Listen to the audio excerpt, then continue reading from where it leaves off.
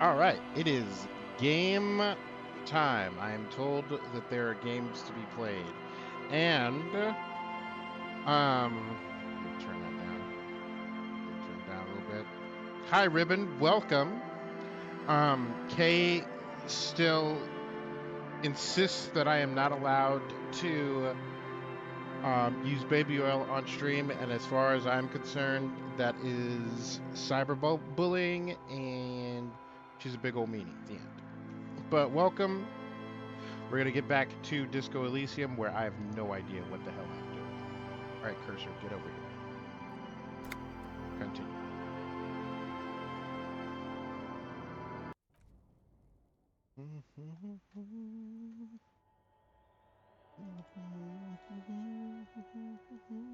Yeah, it's disco time.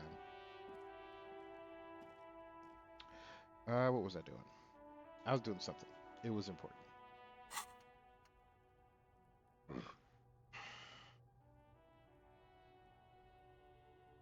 Apparently, I've overchewed my gum. Oh, wait, did I step in gum? Is that what happened?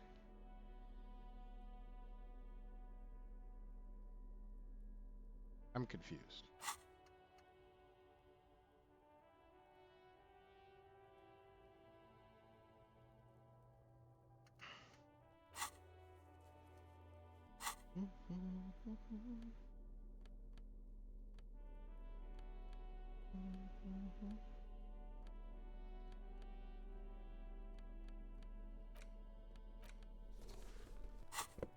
Nope.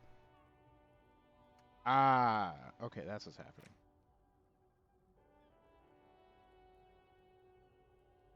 That is your research handicap.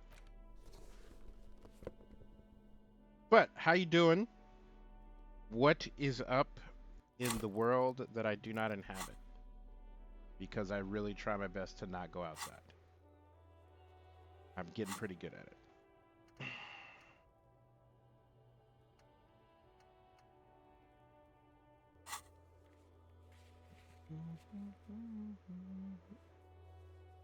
I am not terrible. A friend of mine sent me a box of snacks, which included a bunch of instant noodles that I am really excited to get into, and I might turn into one of those people that really gets into instant noodles, and I don't know how I feel about that. Um, and I redid my whole desk. I got my third monitor set up, which I'm very happy about. Um, and where's the thing that shows me the white checks I can do again? Map.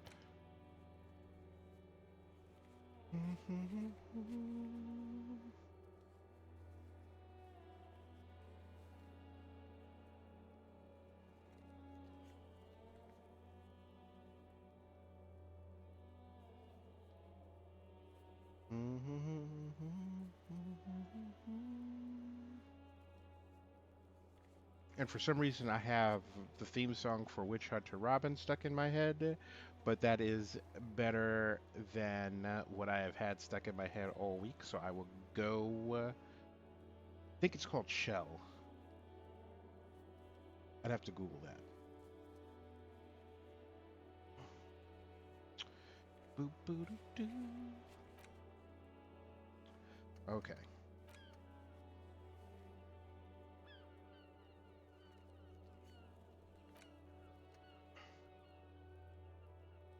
Oh, Witch Hunter Robin. It is a at this point aging and somewhat forgotten anime from like 2002, 2003. Um, that I very much enjoyed. I think it's very good. I don't think it is as celebrated as it should be. And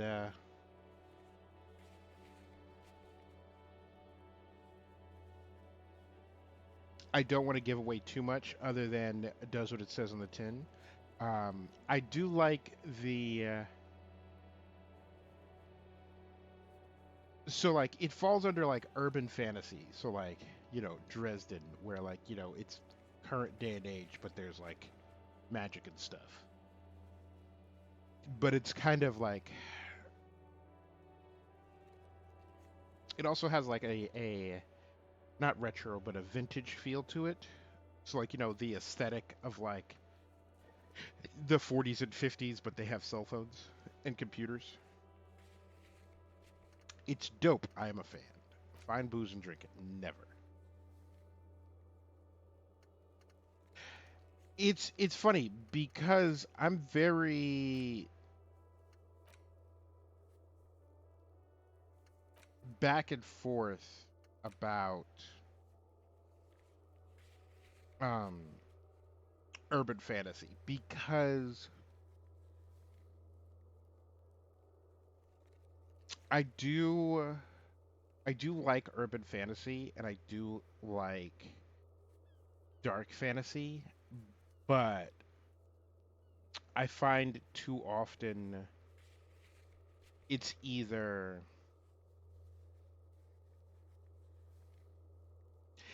very like Harry Potterish, which I'm not a fan of, which is a whole rant that I'm not going to get into because the fastest way to get dogpiled is to disparage the quality of Harry Potter. Um, and like I had issues with J.K. Rowling before her public statements, and then that just doubled it down. I was like, oh, so you're a piece of shit on top of that. That's dope. Um,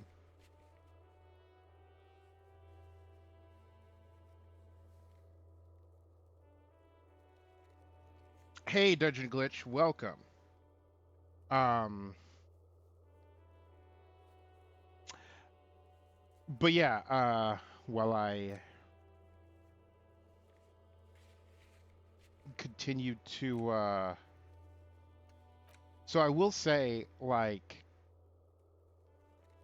yeah, so it either falls down like the Harry Potter rabbit hole, specifically in the like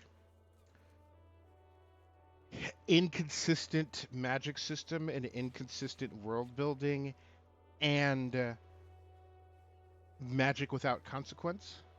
Um, like there's an element in Harry Potter of just like, oh well, if you just wave your magic wand in this particular way and say these particular words, then magic happens the end. And it's like there's got to be more to it than that. There has to be like power comes with consequence. Like you don't burn coal in a power plant without creating greenhouse gases. Um, but the other thing is, I find a lot of like urban fantasy ends up just being like, so vampires and more vampires, and there's a vampire cabal, and we're gonna try to make this like interesting and sexy. And I got no problem with vampires. I love me a good vampire story. I just don't want every current like every modern urban fantasy to be about vampires.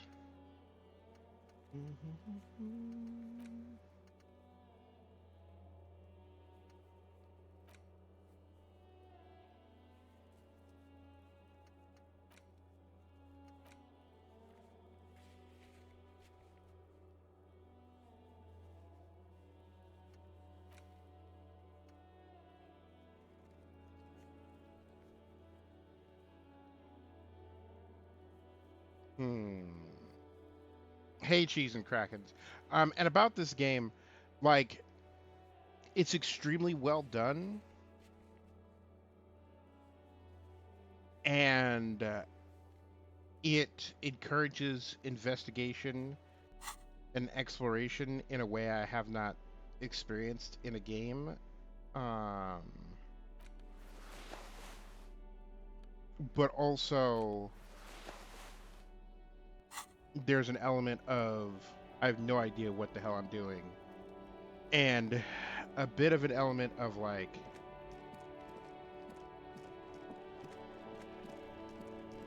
things.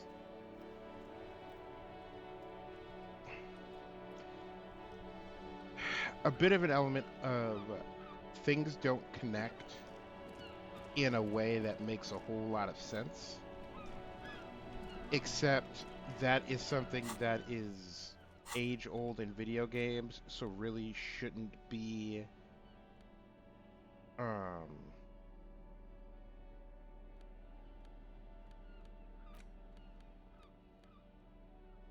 really shouldn't be something that I have like any complaint about.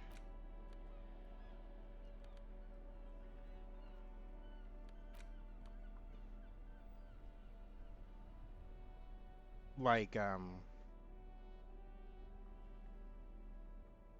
yeah, part of it is like the week between sessions, but there's been too much time of me wandering around not knowing what I'm supposed to be doing. And there are so like whether it is charting out a task or um you know doing a household chore or putting together a project. Like I run into this a lot with like writing where the where your quest log looks like this and there's like 20 things you need to do and they all connect, and so it ends up being like one of those like Charlie from It's Always Sunny boards of everything's connected. um and that's fine, but there's an upper limit to the amount of things I can have on that board in my head. um and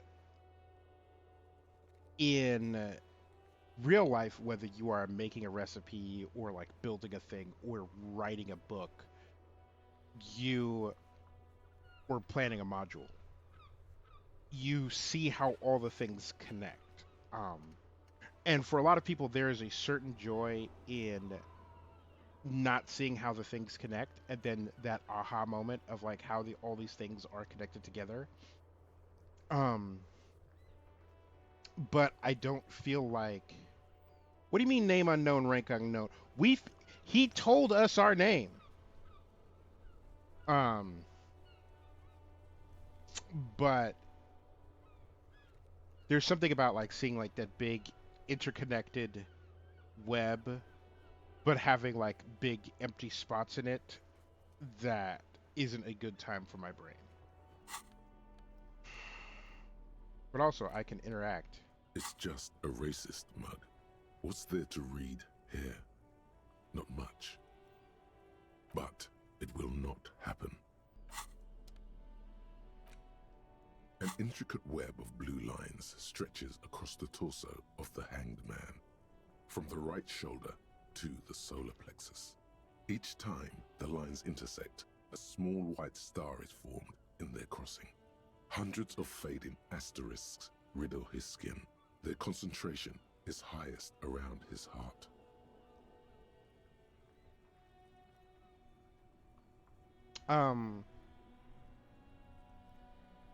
Probably could show him the racist mug. If I go talk to that guy again, I'm gonna launch into a whole rant about racism again, and I kind of want to like play a little bit of the game before I get back into that bullshit. But dungeon dungeon glitch, cheese and krakens, how are you doing? What's up? How'd your week go? What is on It the almost looks like the electronic agenda for the patterns weekend? inside a radio computer or an old filament memory, but not quite. Gone. For you to discover. You've gotten as far as someone who knows about history could tell you. Someone who knows about history.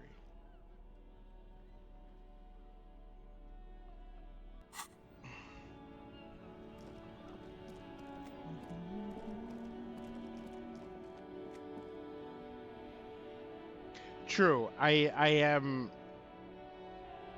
have found that I am reliable for rants because ooh wee do I have opinions about things. This is where I'm going.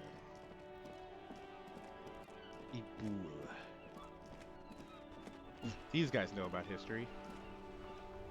The purity of snow always reminds me of the purity of a man's soul, if he's got principles. Yes, the Debardeurs Union pays me to stand vigil during the nights. Not out of any political allegiance, mind you.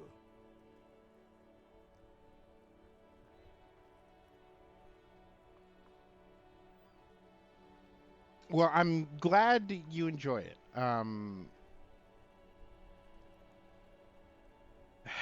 I don't know when that became part of my personality, but it definitely like at some point I hit adulthood and it's like, listen, you have to understand this thing or I'm going to be very upset about it. I'm an old man.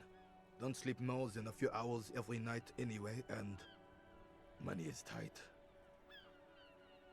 He feels like he has to justify himself for some reason.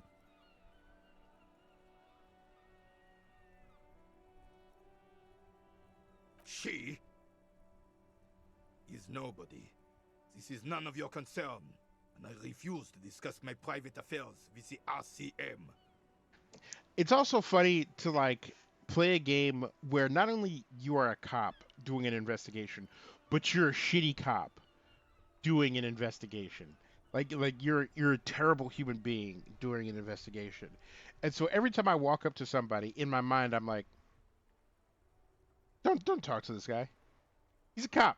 He's not just a cop, but he threw his shoe out of like through a window pane. Like fuck this guy. Except to play the game I have to like convince them to talk to me. The lady is Jeanne-Marie Beaulieu, and she sure as hell wasn't a nobody.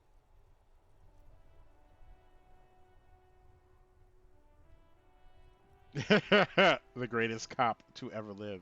Hey, Chris, welcome. And At least I'm not in danger of shooting anybody anytime soon. Yes, it does. Unfortunately, I wasn't working that night. Been on a 2-week leave since last Monday. It's a private matter. Nothing to do with your investigation. Well, now I gotta figure it out. You see, officer, René is the kind of man would rather die than admit he needs medical assistance or, God forbid, sick it. A real man's man is just gonna ride it out. I really do love Rene Arnault. Lost or pawned it for booze. I'm Yikes. fine, goddammit. Mind your own business. It's nothing. Just got to cut back on coffee. No one. The boss has been unmanned since last Monday. There's no other guard.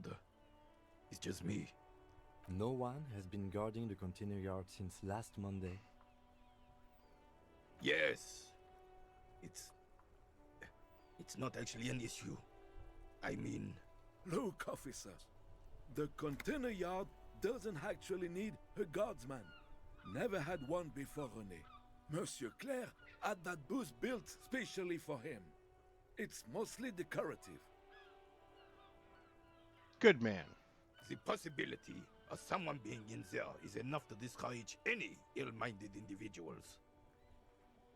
Evrard created this job for René because he knows the Royal Carabiniers' pension of honor and PTSD isn't something a man can live off. A decorated Kingsman collecting tear reflects bad on the whole neighborhood. His words.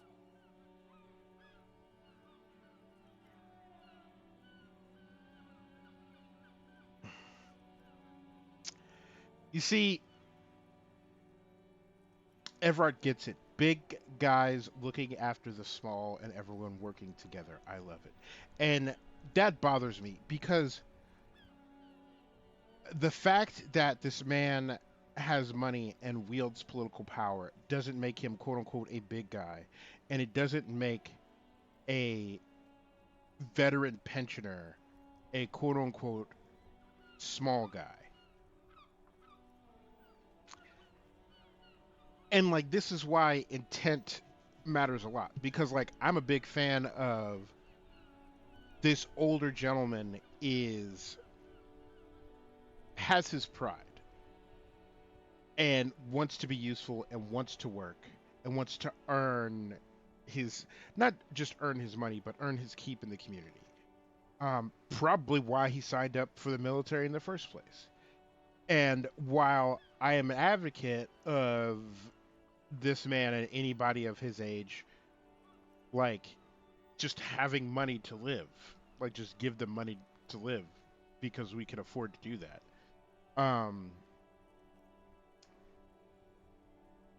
Also creating a job where this man has purpose and this man can take pride in what he does and collect money for it. I'm all for it. Except when you do it as a way to demonstrate your power over a community or your power over this man, it's no longer an act of charity. It is an act of flexing flexing that power, reinforcing that power, and exploiting this person. It's the same thing with like Walmart greeters. Do I love the idea of people who are like too old to actually like work properly and who ostensibly are lonely or who just like to talk to people and you give them a blue vest and stick them out in front of the store and they say hi to everybody that walks in? Great. And I say this as someone who hates speaking to strangers in public. Well, no. Who hates when strangers speak to me in public. Listen, you old bat, leave me alone. I'm gonna go in here. I'm gonna buy this fifth of whiskey and like gum, and I'm gonna come out of there and be done with it. I don't need to talk to nobody. But I understand that I'm not the majority, And that most people are like, oh, I will interact with this old person. That's a good time. Except it's the Waltons doing it, and they're exploiting senior citizens who need the money for labor. And so, like, you can argue that in both instances, it's essentially the same thing, but the exploitative aspect of it, I find really bothersome.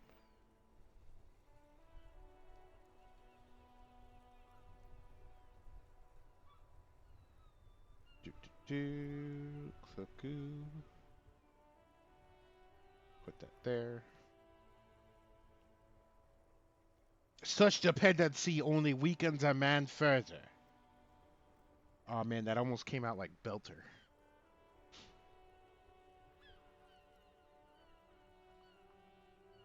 Yeah, Renee is but one man. We need a program. Get all the elderly back in the job market. Keep folks motivated. Gross.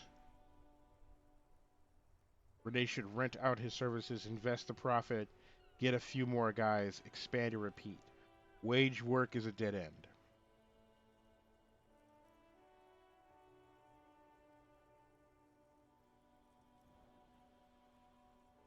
No, you didn't miss anything. I was just ranting about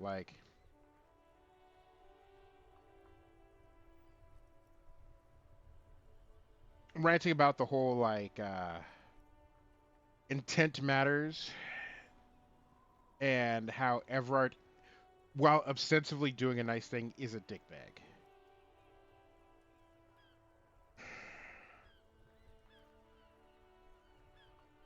I don't like any of these answers.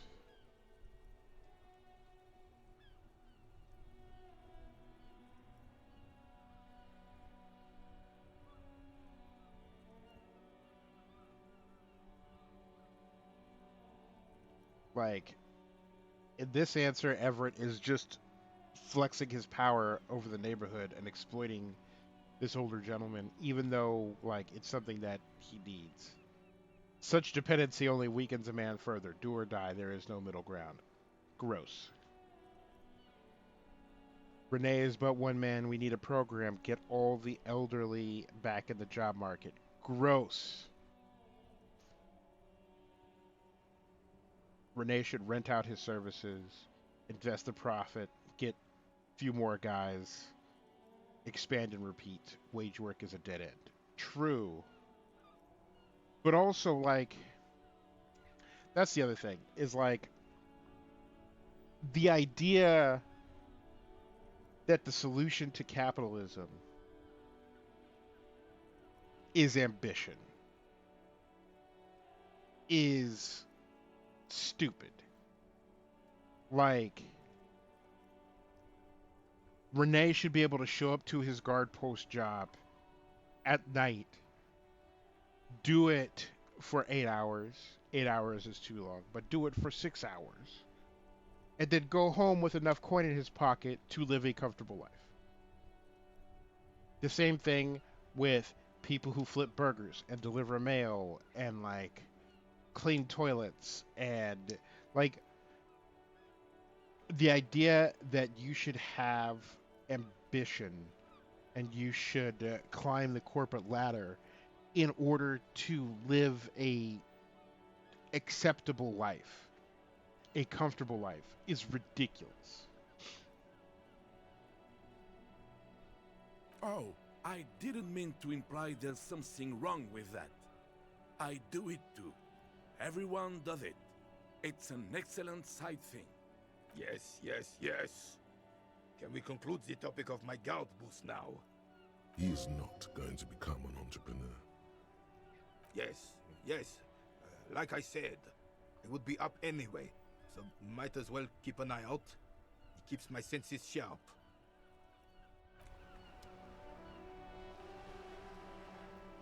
Mon Dieu. Officer, the mere sight of police in Martinez makes me feel safer already. How can I help you? Convince Gaston to relinquish his sandwich. You mentioned Jean-Marie Violier. Who is that? Oh, sweet Jenny. She was the finest woman in all of Revachol. Maybe the entire world. Do not defile her memory, Gaston. Let her rest in peace. We knew her, all right. Lived on the same street our entire lives, just 2 houses apart. The 3 of us have been best friends since we were 4.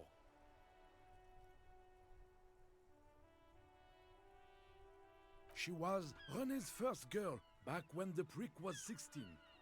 They were courting till he decided he'd rather die for some great ideal than just be happy. And then you stole her from me.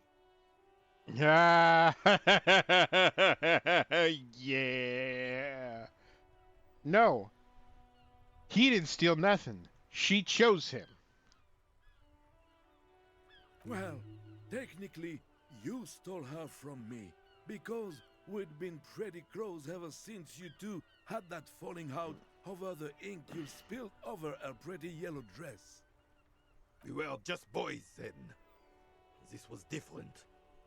You... No point starting this all over again. For the 1000th and the first time. Especially when we have company. Officer. What happened? She died of pneumonia 2 winters ago. It was a quiet passage, peaceful. René and I were both by her bedside when she... Died. No use sugarcoating it. Won't bring her back. Will it now? departed. Until the very end she couldn't decide between us. The most indecisive woman I've ever met. Sounds like fertile ground for a polycule. She could never make up her mind about anything. What to have for breakfast, favorite color, or which one of us to marry. She was always leaving one of us for the other, but never long enough to actually get married. That's a bit odd. Heck, technically, we're both still engaged to her. You always confused her. Couldn't let us be happy. Seduced her with your fancy words and pastries. Listen, if you're gonna seduce abroad, fancy words and pastries is a good way to do it. It's better than being a mean old prick. He suddenly remembers you are still there, falls silent, and turns away. Of course, officer. Memories are all we have left. Let me think. I heard someone was hanged and left on a tree for a week. But that's all I know, really. Really, you know absolutely nothing? No, officers, I'm sorry. And I really would like to assist. You are both good guys. I can see that. So, my writing partner is an Irish woman. I've talked about her before. She's Boston Irish. And she loves her family first. And then she loves the potato in all of its forms second. And third, she loves alcohol. But very close behind alcohol and the potato is cheese. And she gave me a bit of advice about women years ago, before the pandemic. And when I tell you that I bought like a $7 cheap ass little cheese plate, put it in the fridge. My housemates were having a get together, and I was talking with one girl, and despite the fact that I was cooking everything else that everyone was eating, and everybody was very happy with what I was making, because let's face it, I'm really good at making food. what sunk what sunk the hook in her was I poured her a glass of wine because we were chit chatting while I was cooking, and I was like, "While you wait, here, have this little plate of cheese." And she's like, "Oh, I didn't see the cheese out on the I'm like, "No, no, no, no. This cheese is for you. It's not for everybody else. It's just for... Listen, could have knocked her over with a feather. That went so far. It was so good. Now you can't. It doesn't work on every woman, but there is a certain complexion persuasion, and it doesn't even have to be good cheese. But if you got cheese, you're in there. Also, don't take advice on women or dating from me. That's a terrible idea. Then help them, you wimp. You have plenty of shoulder with the ghost caviar in the Union. Someone must know something. He means caviar socialists. I wish I could, but I just don't know anything. I always keep my nose clean and don't gossip. Everyone knows and respects that. Listen, Gaston, snitches get stitches. You know that. And I appreciate you upholding the code. Odd. He doesn't seem to be lying, but there's something off here.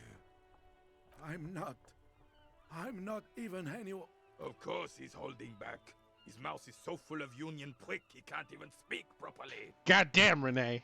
I'm gonna need you to take about 10% off of that. Can I at least finish my fucking sentence before you piss on it? Is that okay, René? I'm not anyone important in the Union. I just know Evrard. Everyone in Martinez knows the Clare brothers. I taught these boys human studies and history in the gymnasium. What do you know about history? You never witnessed history, only heard about it years later when it had already moved on. You don't know history. The old soldier mumbles something under his breath and turns to face the sea. There he stands, proud, rigid and alone, like a cracking marble statue. Let's try not to get caught in a crossfire. Lest we leave riddled with bullet holes. This animosity is ancient. Your mouth is so full of Union prick. Oh, in many ways, yes. Like an honorary member. I attend meetings and parties, help with little things.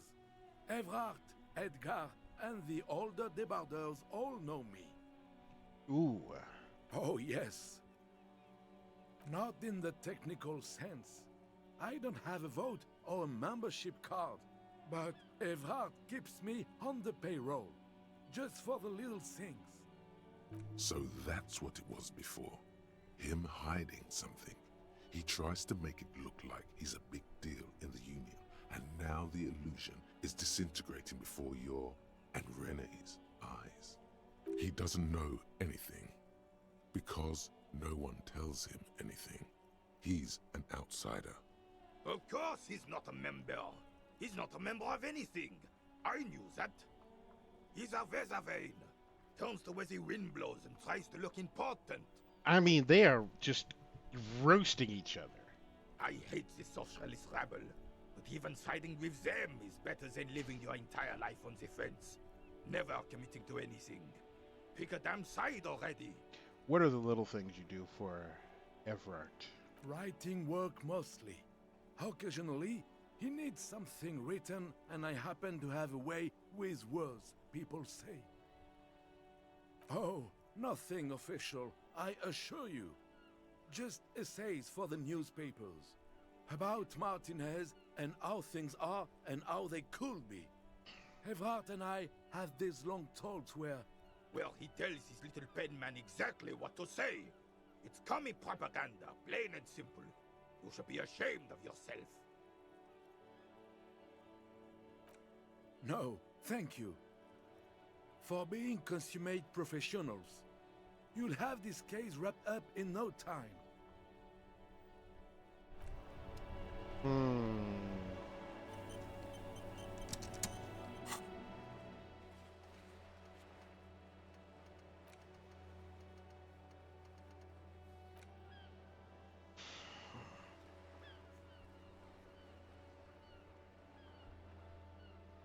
Someone who knows history.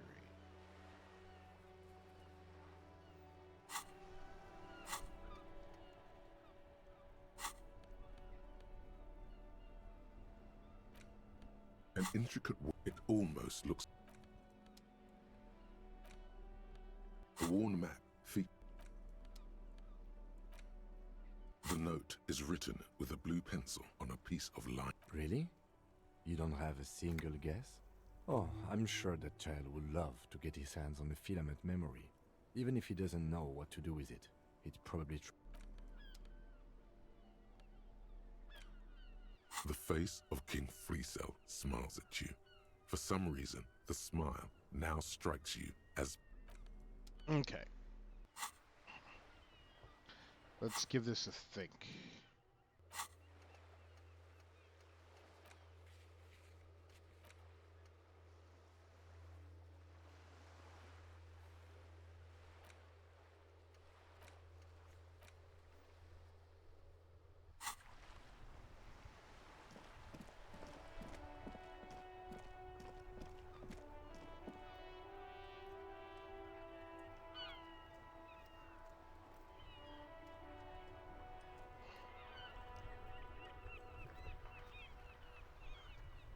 His,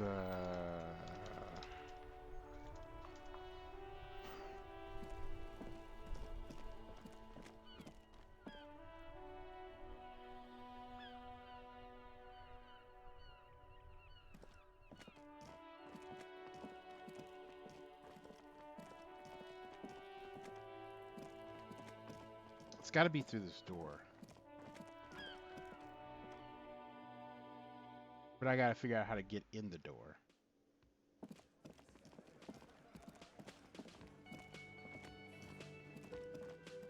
You see a heavy steel door with a prominent...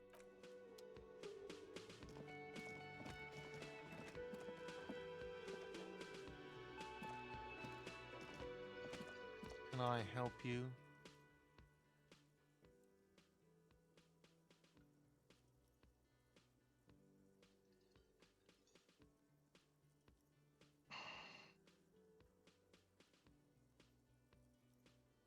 Another thing. Great. I love those. Oh, yes, that door. Sure. There's nothing mysterious about it. It's just... Yes. What else? Oh, yes. No, I don't have a key. I don't know how to get there. And I don't care either. It's not like I've been... Wondering about it is, of course... Or some boring storage space with a bunch of old junk. He's attempting to maintain an air of indifference. It's absolutely not convincing. Fine, okay, a little. But my job doesn't leave me time for wondering about one locked door in one of the cafeterias I manage. So, I haven't opened it. I have cleaned the whole place 100 times over, though, after the animals. And I haven't found a key, so good luck with that. Yes, and the phone company is taking its sweet time sending someone to fix it. It's not strange, it's inconvenient. Who told you that?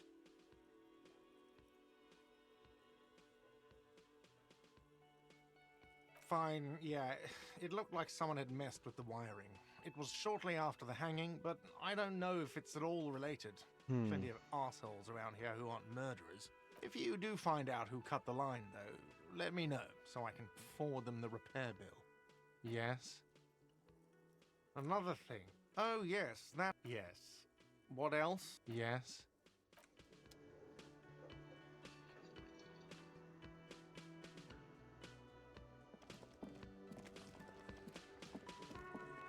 I've got nothing to say to you.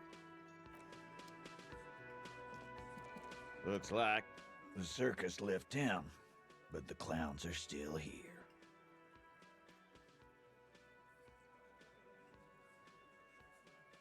The pretty boy. You guys really... Funny. But my partner and I have a serious matter to discuss with you. You mean these boots?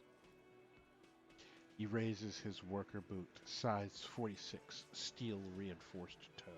We all got a pair. We wore them the night we took the pretty boy out back and hung him by the neck. Yeah, we did this. Together. All of us. Until he was dead. That's why our prints are all over the scene. Goddamn right. No. These 7 honest men have equally come forth. They told you what happened so that you don't waste any more of your time. All 7 together. They're diluting responsibility. It's an anti-arrest tactic. Why? 'Cause he was worthless mercenary scum. And he stepped out of line in my town. And he stepped out of line.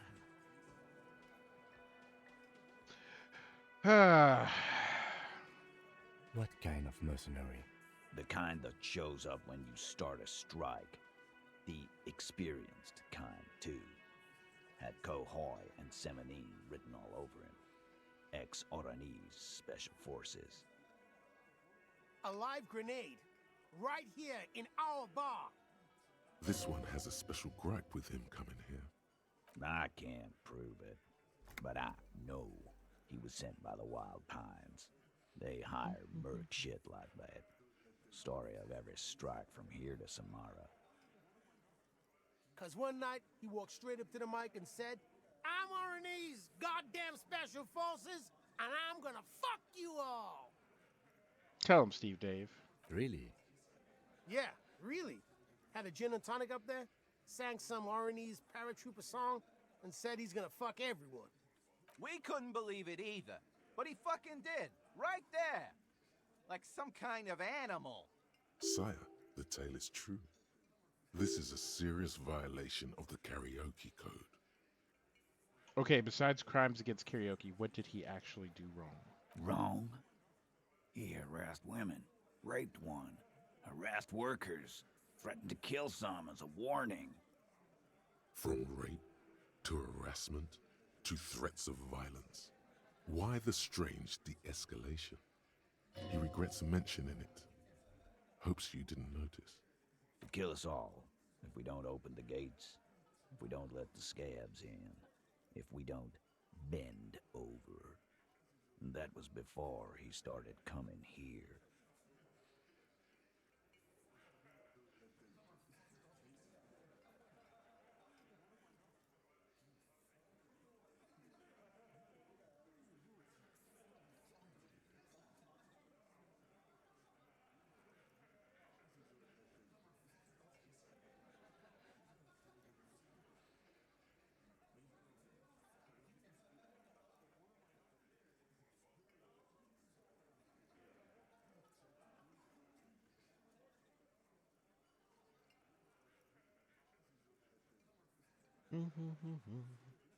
Yeah, he said it was his favorite joint now.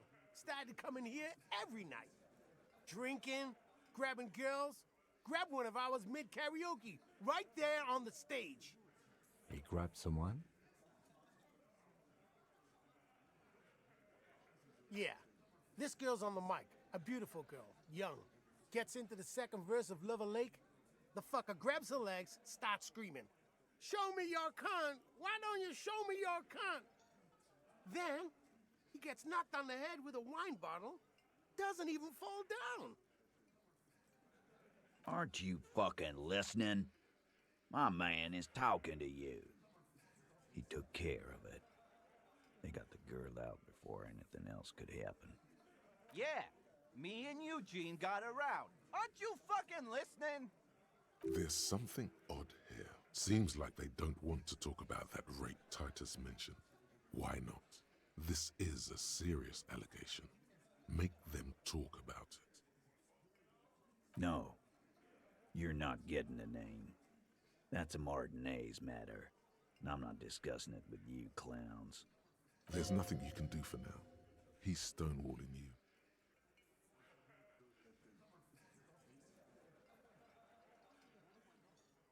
You don't have to answer any of his questions. I know, Lizzie. Relax. We killed him last Sunday night. Seemed like a good way to end the week. Known him? We don't associate with scum like that, asshole. Yeah! Who do you think we are? A pack of assholes. Quiet. He came around about 3 weeks ago when that Pines cow first sailed into town. Happy? By the Pines cow, you mean Joyce Messier, the representative for White Pines? The same company you are striking against? No. I mean the Pines cow. The stupid-ass cow they sent in to fuck us over. But why don't you ask her about the pretty boy? I'm sure she has interesting things to say when you ask her hard enough. That's enough insinuation for today, Titus. Officer, your interview is drawing to an end. Don't waste your last questions.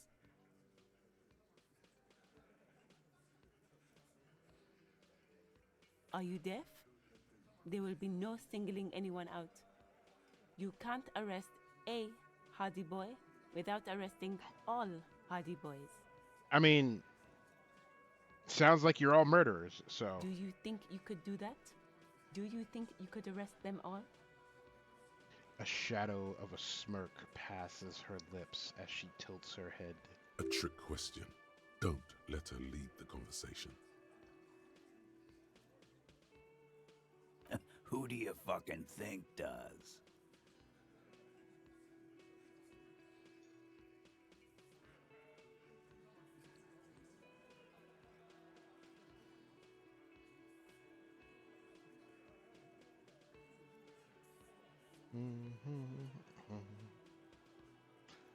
Listen, we have a lot of fun with handcuffs, but I wouldn't want to have fun with handcuffs with them. Titus, no one was thinking that there's any question who's the leader. That's how he would have ended it. Titus won't let him. No, no, no. Fuck no! The big dick is right here, asshole. You're looking at it. Right. Fucking here. Disregard the outburst, officer. None of the boys have any comments on their power relations. That night, they acted as one. That's all. We hanged him up by his neck until he got real still. Wasn't that obvious, copper? Yikes. Didn't they teach you anything at the cop school, idiot? This is where an autopsy would come in handy. You have to work with what you know. Maybe wrap it up instead?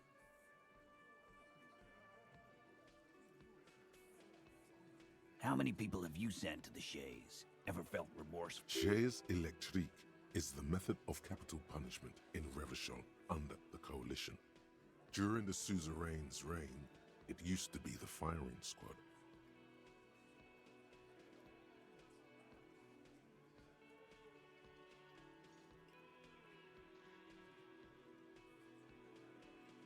Or send them to Reunion to rot. For 20 years. For life.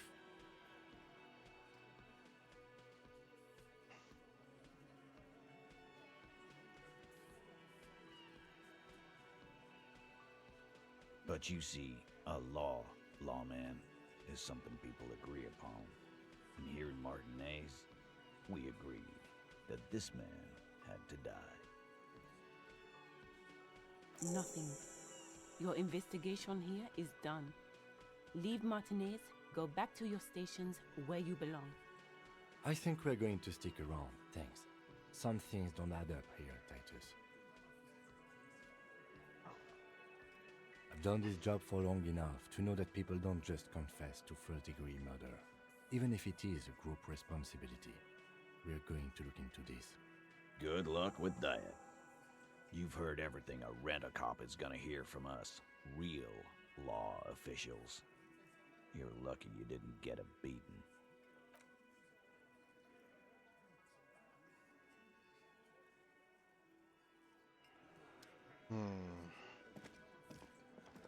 I've got nothing to say to you. Why are you wasting your time? What you want is of no significance, officer. Don't test your authority. In Martinez, you are no one. Okay. Let's give this some thought. Yeah, I should get the body down, except the how of it is an issue because the only people I know who have the muscle to do that are the people who killed him or the big meathead racist guy. Neither of which I want to ask for a goddamn thing.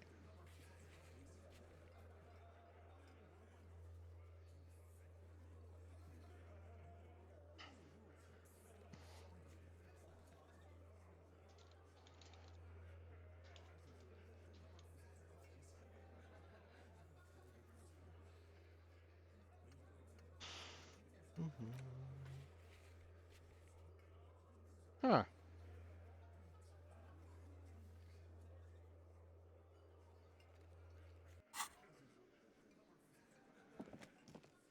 Well, let's go try that out.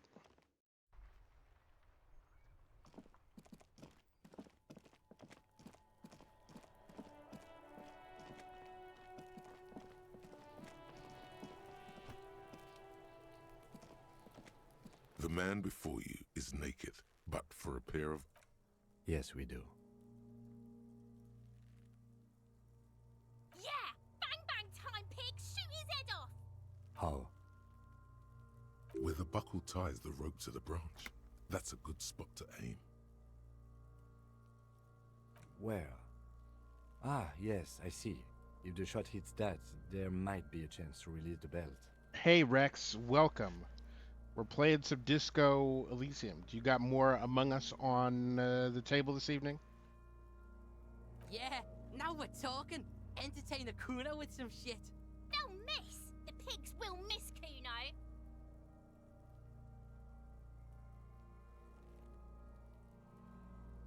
Silence. With his elbow sharp, the lieutenant unzips his jacket and produces a lightweight firearm. He drops a paper cartridge in the barrel, separates the scouring stick, and gives the cartridge 5 tucks. Let's get it. Let's get it, Lieutenant Kim. That's a Kiel A9090 Armistice, mass-produced muzzleloader, ascetic, frugal, one of the most common firearms in the world. So, Disco Elysium, you wake up as Disco Honor Super Hobocop to a destroyed, not even disheveled, destroyed room where you have ostensibly total amnesia. And the whole idea is you got to investigate the murder of this guy who's hanging right here. And you also have to investigate who you are and put together the pieces of what the hell you did and get all your stuff back, including your gun, and your badge, and figure out your name and figure out who you are and get enough money to repair the damage that you've caused in the place that you were staying. And figure out all the stuff that's going around in town with all the people. But yeah, it introduces a lot of conflicts. He then steps back and assumes the fellow's desk position, taking aim.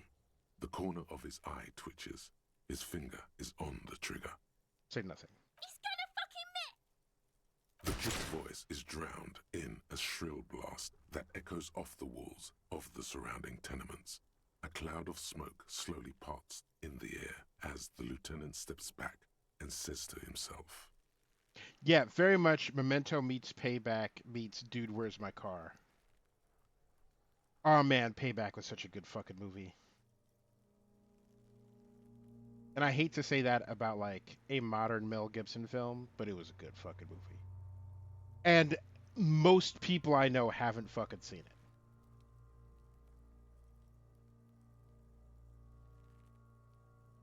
Diesel punk Soviet-esque dystopia. Yeah. Yeah. Yeah. Um, and yeah, I really dig the vibe of like the world they've built. God damn it. He feels bad about it. About his eyes mostly. Just having bad eyesight. Probably from a young age. Whatever you do not console him. Fucking idiot! Mookaba asshole! Kuno could have hit it easy, but then Kuno's not fucking handicapped, is he? No, we are lucky as it is. We didn't break anything, and the victim remains uncompromised. Any more mistakes could put us in an unfortunate position with the locals. We have eyes on us. I didn't do us any favors with that. I have to say, it's beginning to look unlikely we can get him down without assistance.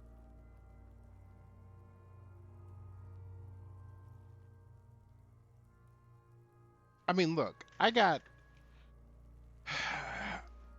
Hobo Cop here has arrested and collected the evidence for conviction for 216 people. And is an alcoholic, drug addict, smoker, and an absolute tornado of a human being. Whatever existential crisis he's having, I frankly do not care. Like,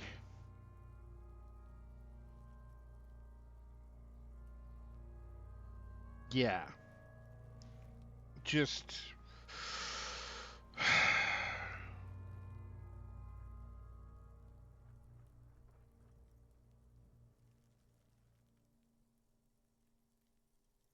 you could figure your shit out without being a piece of shit. Oh, I mean, like, when is the world not having an existential?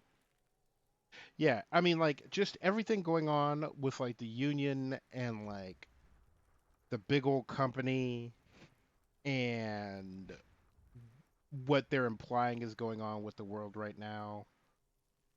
It's a lot. It's bad as it is. Us shooting firearms like punks. Go ahead, I'm not stopping you. Just don't lose it. They only have one gun! This is the sorriest pair of pigs Kuno's ever seen. Part of why I didn't want to do this is giving Kuno more ammo. Yeah, take it, you fucking banani poika! Take it and shoot yourself in the mouth! The cold piece of bakelite and gunmetal is surprisingly light. Your fingers fit right through the guard, instinctively resting on the trigger. For anybody who's handled a gun before, that's the last thing you should be doing is resting your finger on the fucking trigger. The fuck are you waiting for, Kuno? Tell him to shoot himself in the mouth! The buckle comes into focus in your sights. You stand with your feet planted firmly in the ground and your left hand supporting your gun arm. Why don't you just shoot yourself in your mouth? At least you won't miss. Your field of view narrows. The branch slowly moves, becoming entirely two-dimensional. The metal buckle glimmers. True. The moonlight as the True. corpse slowly rotates. That is a cop thing to do. The slow movement of the branch in the wind and your shoulders directing the gun sink up, dancing hypnotically. Look, he's crying. You gonna cry now, fucking faggoty?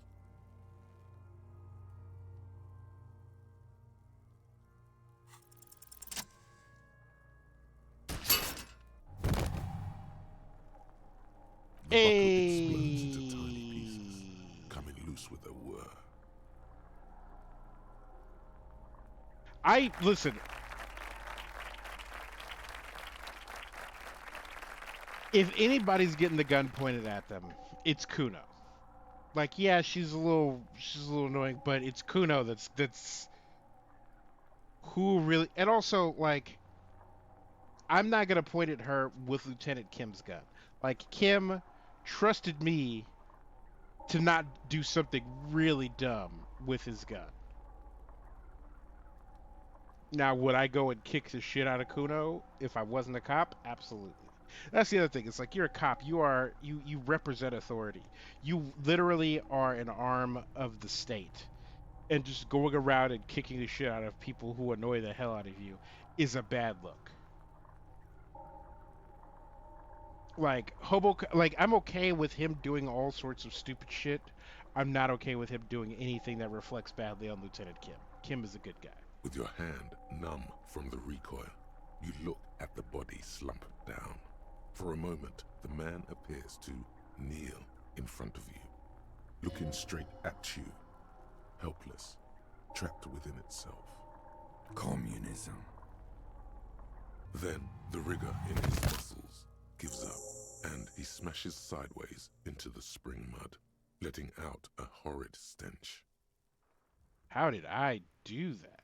By being a damn good shot. Ace is high. Yeah, it's high five time, baby. Ace is high, a custom invented by the aerostatic brigades during the revolution, is used to celebrate success in Revachol, especially in sports. The gesture is spread across the world, despite the defeat of the revolutionaries themselves.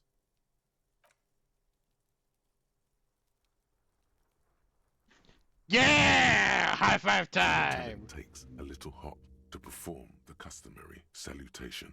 Your palm hurts from the slap. It's precise and down to the point. I knew these guys were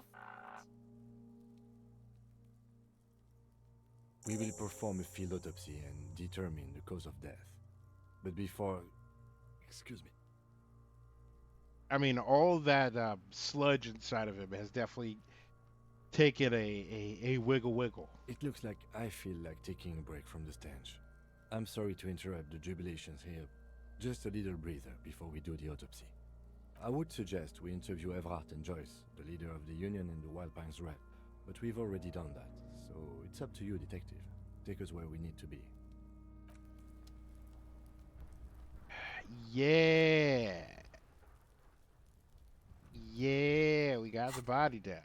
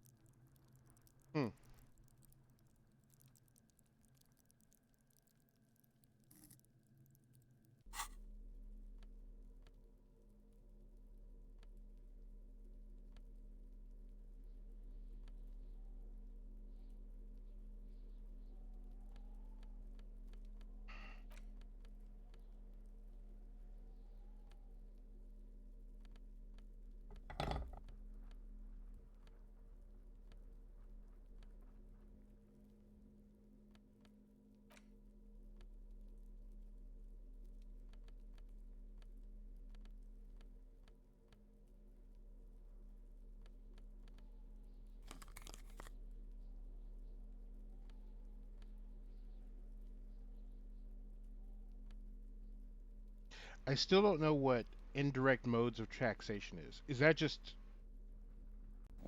faster walk speed?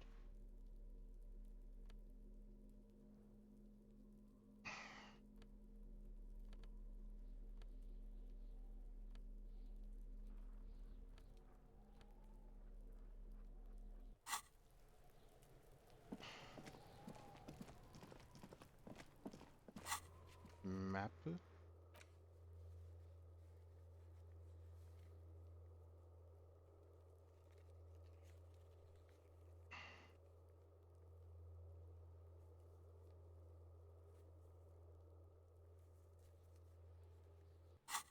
Okay. That's fine. I'm okay with joke stats. Because, to be clear, I am also a joke stat.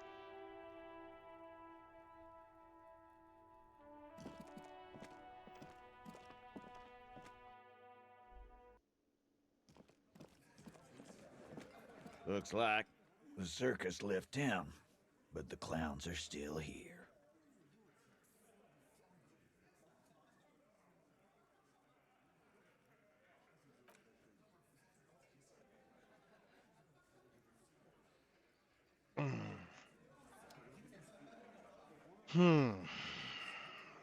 I still really want to know where his fucking badge is at.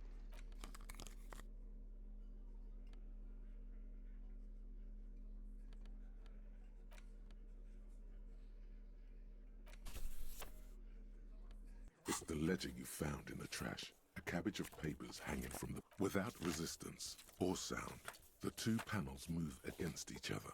The compartment is now open. Inside, you see 2 ticket stubs and a handmade. It's slightly, ever so slightly. F5. Trigger warning. We're gonna try and kill ourselves.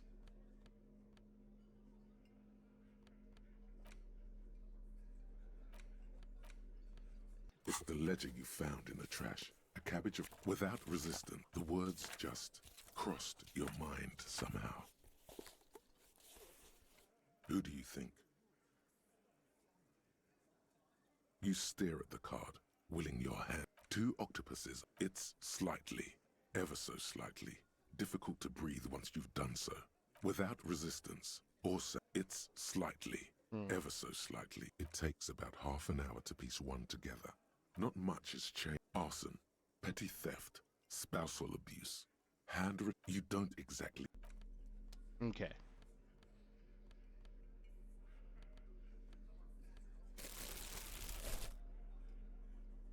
Oh well. Wasn't as dramatic as I was expecting. Freet Warehouse.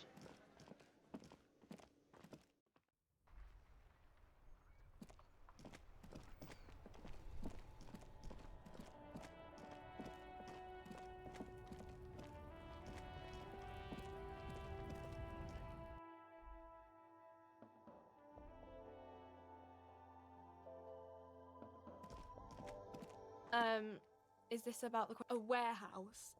I don't know. She looks up from... Fine. For it doesn't have a warehouse. Just a little back room here. Okay?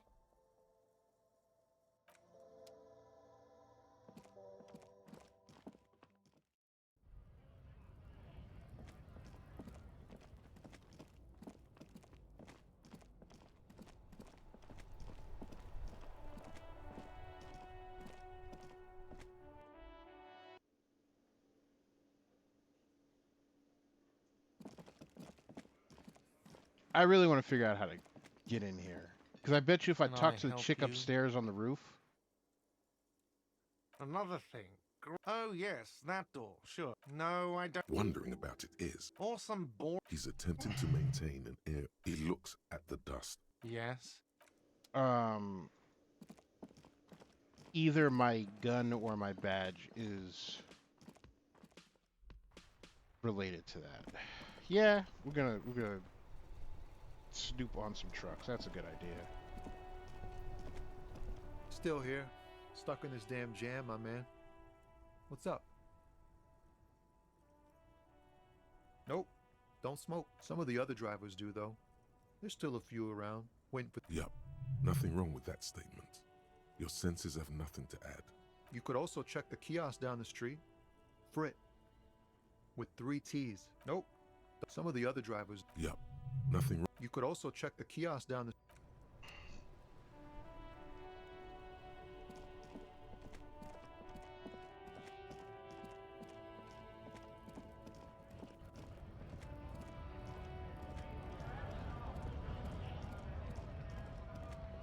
A lorry stuck in the traffic jam. This big, heavy Grad-made machine is well kept for such an old machine. The windows are clear. They've been recently washed. You can see a lorryman's cabin with personal belongings, stickers, insignia. The driver has adorned his space with a substantial collection of peculiar paraphernalia. Proclamations about honor, strength, and purity are glued to various panels. Sounds racist. The back end of the cabin is a small perch to sleep, large ashtrays. There are several suns and wheels sewn into the curtains. A book with ragged edges catches your notice. The front cover features a large, muscular man. The title reads, Man from Eamdal in the Lost City of the Pygmies. Racist nationalist paraphernalia. Not unusual in this part of town. This is our guy. Likely, yes. This guy's proud of who he is. Drapes it all over his machine. Alright. We're back to racist truck driver guy. Looking for something, Hunt? Come to tell. Oh man, God damn. He doesn't live in Martinez. No. He's got a smoke right there in his fucking hand. Snatch that shit out of his fat fingers. You need it after listening to his garbage. It's my last one. Why would I do that? I'm an honest man. But what, officer? Sorry I couldn't be of any help. Oh, not much anymore. I'm here to pick apples. Apples is exactly the kind of thing you'd say. Look, I'm here to pick... Damn, you're not gonna get more out of him on this. He's put up the wall of racism. Yes?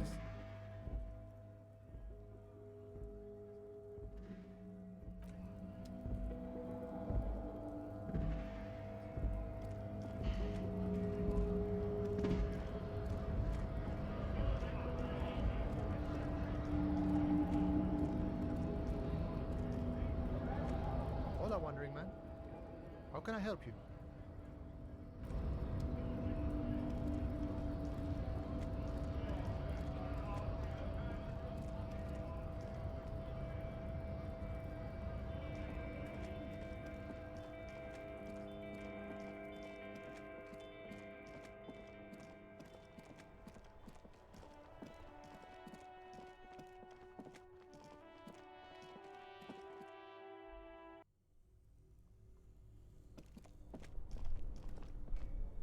Two cables are plugged into the breaker box. The red one leads to the ice bear fridge, and the black one. This orange machine is buzzing like you slip your fingers under the if you want to try again. Equip the pry bar by going...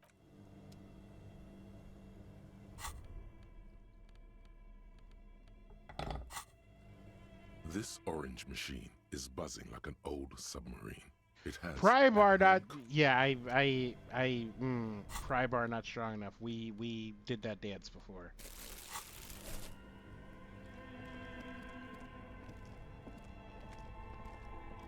Two cables are plugged into the breaker box, something close to you. Why did you do that? The lieutenant. This orange machine.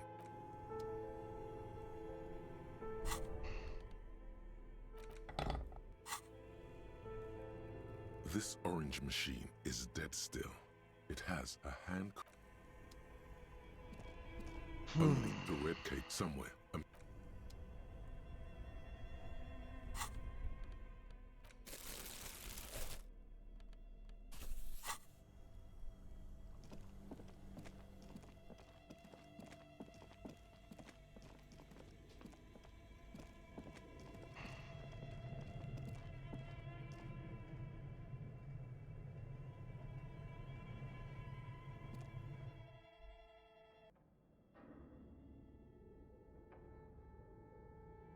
Right, I need my flashlight.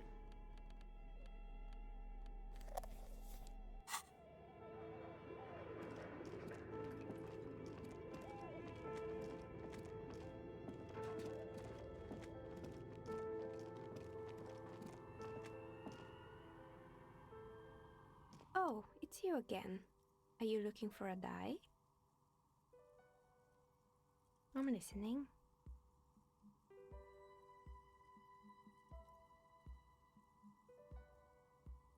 Good. I hope it clarifies. Of course. Tell me what you have in mind.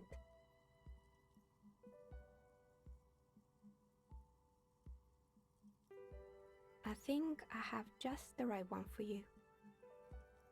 She opens the top drawer of her work desk and takes something out. 2 polyhedrons, red and blue, are cradled in her palm. Police colors. Not the most original, I know. But sometimes the obvious choice is obvious because it's best. Here, catch. They're a gift from me. A beautiful woman tossing you a gift. Whatever you do, don't overthink it. Totally overthinking it. That's me. Mr. Smooth Hey. Moves. You snatch the dice out of the air with one hand, just like you're in a movie. Oh, what are the odds? The red one is made of bloodstone with a lapis lazuli inlay, and the blue one is the inverse. I believe these dice are your lucky charm, officer. She winked back at you. Can you believe it? You truly are Mr. Smooth Moves. Wow. You definitely need luck in Martinez. Was there anything else?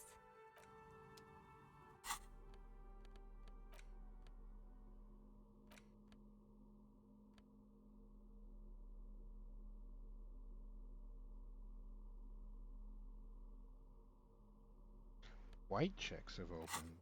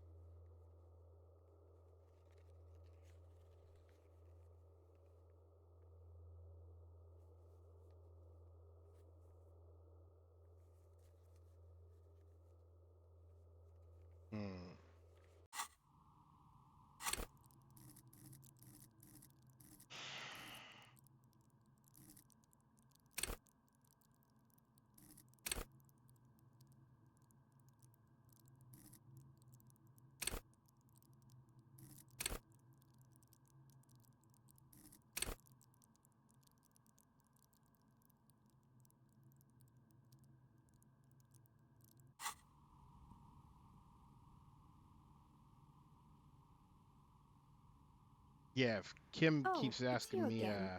Are you looking for a die? yeah, if Kim keeps asking me dumb questions, then look, there's no such thing as a stupid question, but also,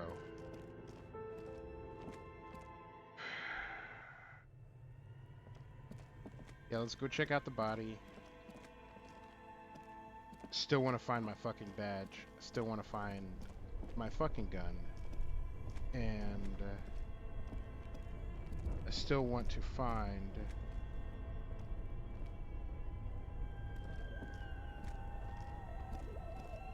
the way into that back room.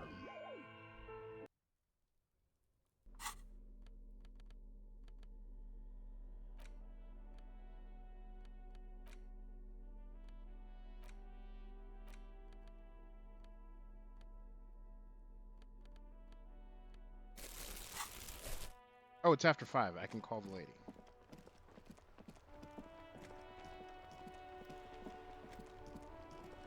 Inside, you see a set of steering levers, a radio microphone, a pull-out toolbox, and the soft glow of a metallic drawer. The pull-out toolbox slides. This is Precinct 57. How may I assist you? Not yet, but I was able to convince the database people to share private sector information. They promised to get back to me by tomorrow morning. Do you have any other questions? Hey, Lacer. Welcome. How'd your stream go earlier? 57. In the cabin, you see a set. Okay, so in the morning.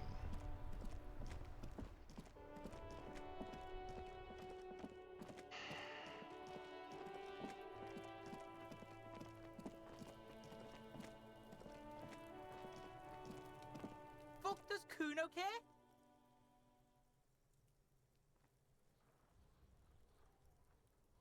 Kuno doesn't.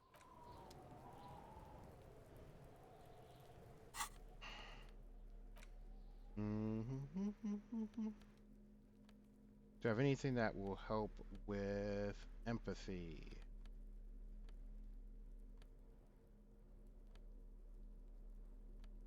No. Fuck does Kuno care? It's not Kuno. It's Kuno S. Kuno S is by far the worst of the two. Kuno has no problem being near you, but the other hides behind the fence, afraid for her life, like she's done something very bad. Oh no. She came up with that psychopathic scheme of screaming for help before. Kuno just wanted to talk to you about his name. Kuno S was the one who wound him up and directed him. Also, Kuno hasn't stopped talking to you, even enjoys it from time to time. When you talk to the other one, it's like talking to a cornered animal. She only hisses and says murder was the case that they gave her. All in all, Kuno respects madness. You cannot hope to outdo her on that front. You must win yourself a few minutes with him alone. Fuck you whispering about? He's whispering too. He's going with it. But watch what happens. Fuck you whispering about!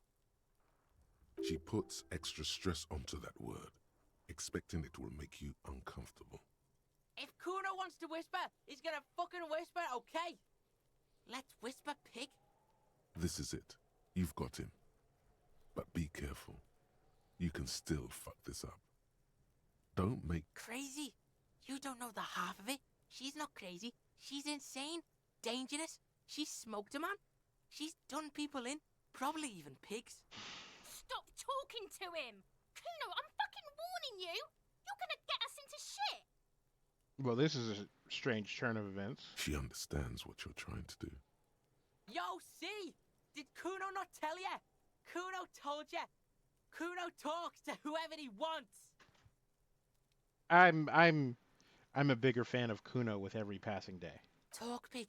Kuno's got it under control. You did it.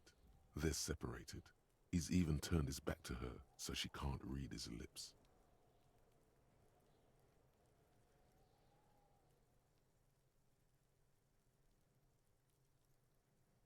Kuno means she killed someone. That's right. She's a killer. Like, actually a killer. He's meant everything he said before, but right now, he not only means it, he is sincere. You see, many people have celebrated this game as a masterpiece. And I get where they're coming from, and I do not disagree. But also, like, you know, there are different types of games for different people, and this is never going to be like my favorite game of all time. However, that line, he's meant everything he said before, but right now, he not only means it, he is sincere, is some fantastic fucking writing.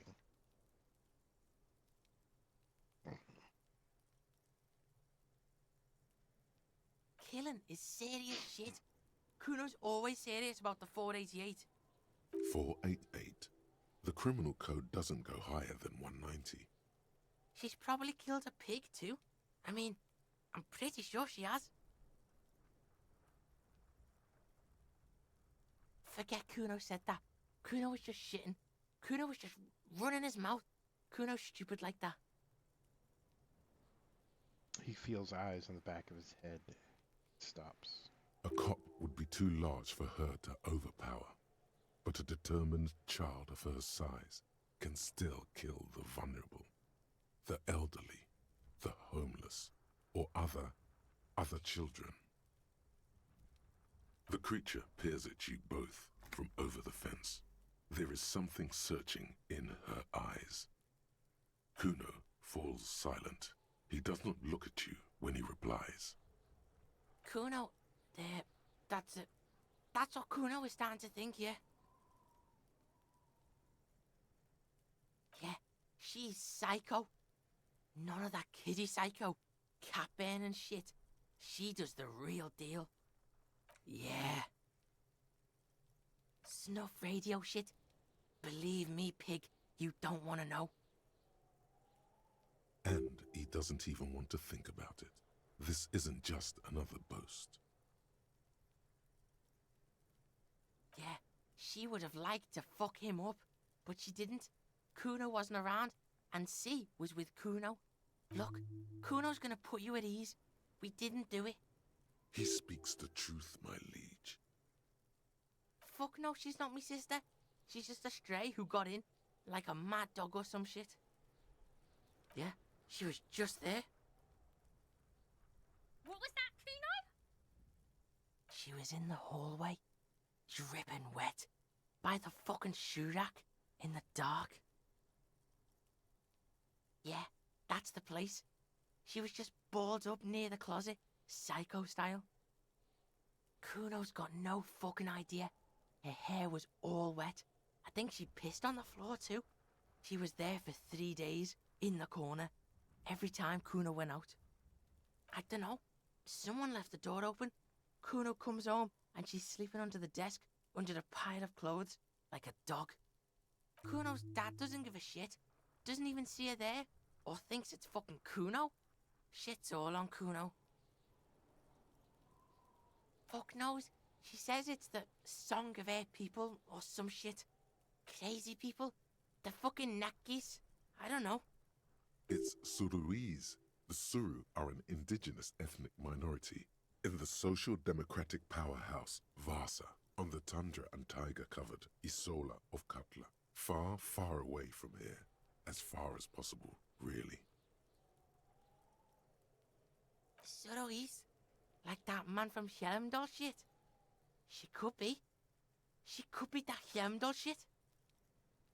Revelshot does have a small Suruese community, or she climbed into a yakberry crate and was shipped over accidentally. How's Kuno dealing? Kuno's dealing just fine. He doesn't need you fucking with any of it. C doesn't either. Kuno's got this shit under control. Listen, listen. C is Kuno's go-to. Kuno's protecting her. You fuck with C, you fuck with Kuno. You threaten her, you threaten to take her away. This is what it all comes down to. He needs you to take him seriously now. I'm going to kill you. I'll run when you put the cuffs on her, sneak up on you later, and fuck you up. You understand? Alright, now we can do business. Yeah? What do you want? Kuno can hook you up with... Don't hook him up with shit, Kuno! See? Relax. He respects the Kuno. Kuno made him respect the Kuno. You respect the Kuno, you get all kinds of shit.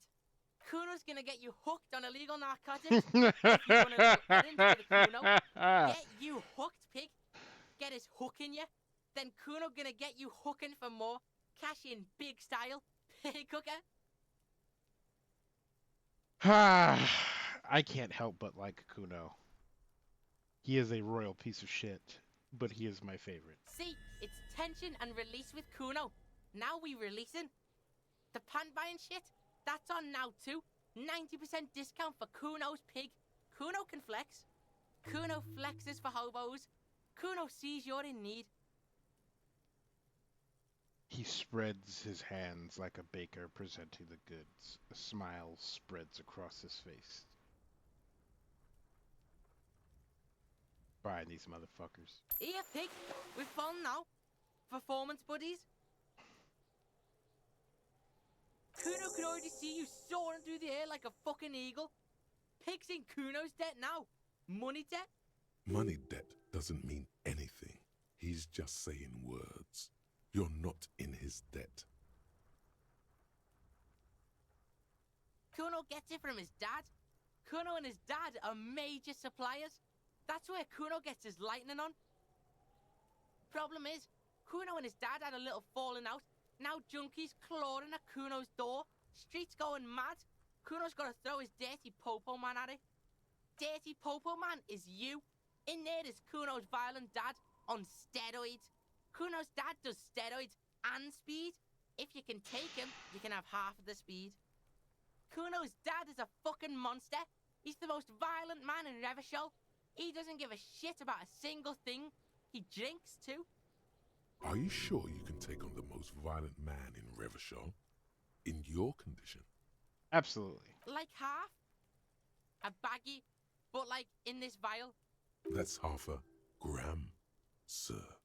Yeah, half a G. Want it or not? Fuck you talking about half a G? This shit is giant grade A shit. So clean you can barely see it. You can barely see it because there's barely any. Okay, Kuno's listening.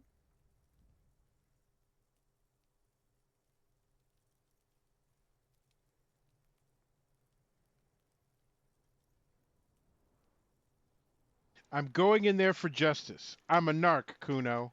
I'm going to confiscate that crap. Lie. You need the speed.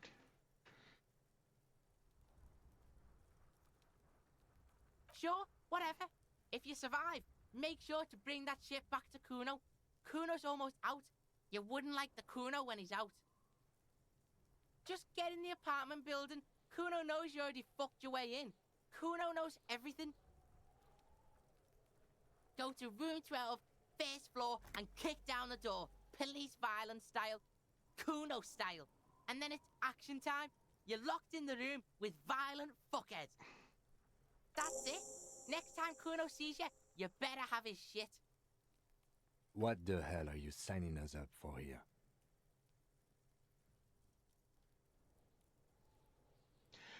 I am going to kill Kuno's dad. I am a bad addict cop, and I'm going to get my fix. Come on, Kim. Okay, then. The fuck do you want with it? It's a vitamin. You could use some. Okay, whatever. Oh, don't teach him, Kuno. He's gonna use it against you, Kuno. You're not getting this, pig. It completely takes away the hangover. It's like you didn't do... Fuck you, pig. Don't do mag. You're gonna OD and you're gonna fucking... Good call, Pigmeister. Don't come and talk to Kuno about his king. Kuno doesn't fucking care. Apricot chewing gum scented one. August 2nd, early late summer. You're getting off the streetcar in Le Jardin, east of the river. Her father and mother are middle class. The nylon of her little jacket rustles next to you in the dark like autumn leaves. Her heels click on the pavement. You're walking up to the gate in front of her parents' house. She takes out her chewing gum and you kiss her. A feeling like electricity flows through your whole body. Immediately, you know that you've entered a completely different world.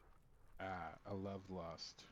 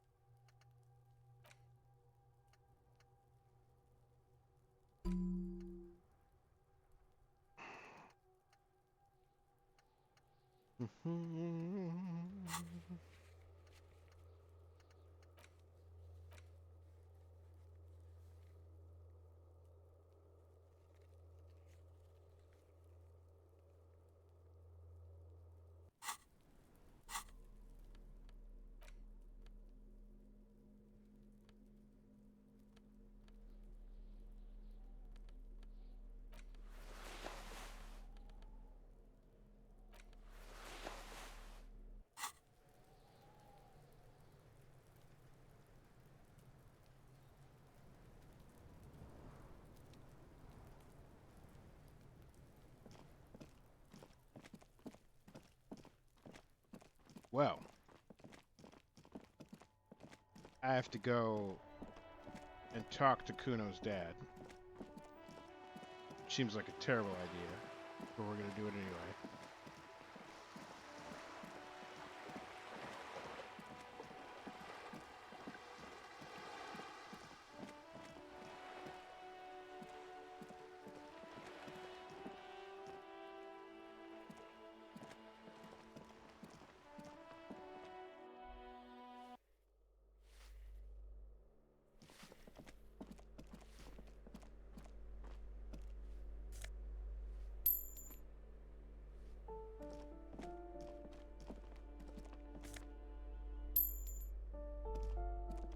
This door has been closed with a padlock. A chalk-drawn number on the board says number 11.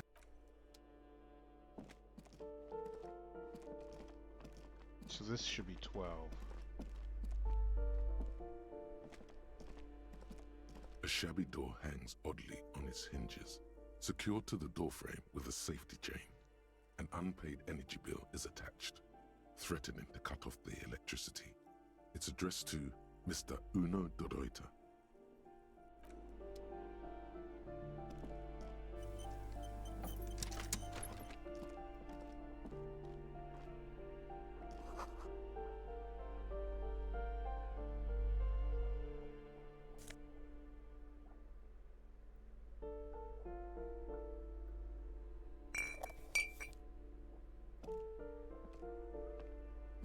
Okay. Save. Button. Tools. Chain cutters.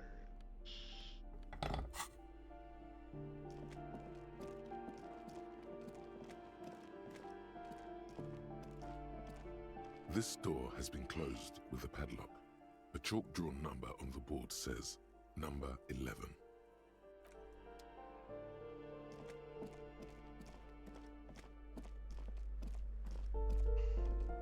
A shabby door hangs oddly on its... And the place comes with 3 months' worth of utility bills. No response. The apartment numbers have fallen off the door, leaving the panel with a sticky 1 shaped shadow and a marker drawn 2. Good thing you already have the chain cutters in your hand. Nothing left to do now but snip, snip. I wonder what Lieutenant Kim will think about this. Snip. The cutter goes through them like dead leaves. I know there's no stopping you, but let's at least make this quick.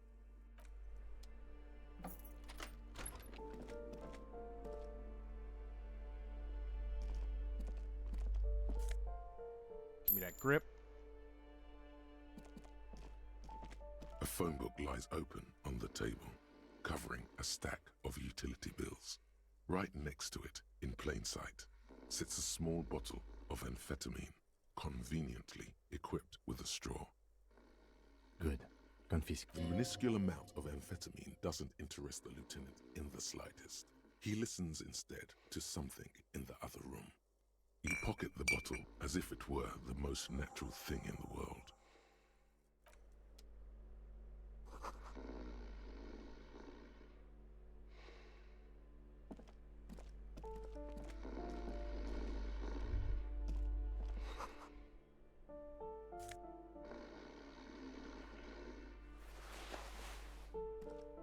A bundle of clothes heaped on the bed, a stained parka, some towels and a duvet, some socks even. In the dark, it looks like a nest. Something underneath there is breathing. The dad. It's not too late. No one's going to blame you for back. Your hand touches a greasy duvet covered in cigarette burns and ketchup stain. You see a 60-year-old, fat, red-headed man passed out from large amounts of alcohol and God knows what else. The smell of shit rises from his mouth. You don't have to take him down. He's already down. Well, judging by the color of his hair, I would say yes, it is. The lieutenant's right. The man's unwashed hair bears a familiar ginger tone. Even the hair on his chest is coppery. The light from the window falls into his half-open eyes. I can't believe it! Kuno's dad isn't a loser! It must be something else! I think he's still quite bad. I mean, what he has come to. This man won't be feeding his family anytime soon. Not that he was, but at least he won't be beating his son. A pair of half-open bug eyes is staring back at you from the dark, empty, and frozen. It's clear that the person behind them is not awake.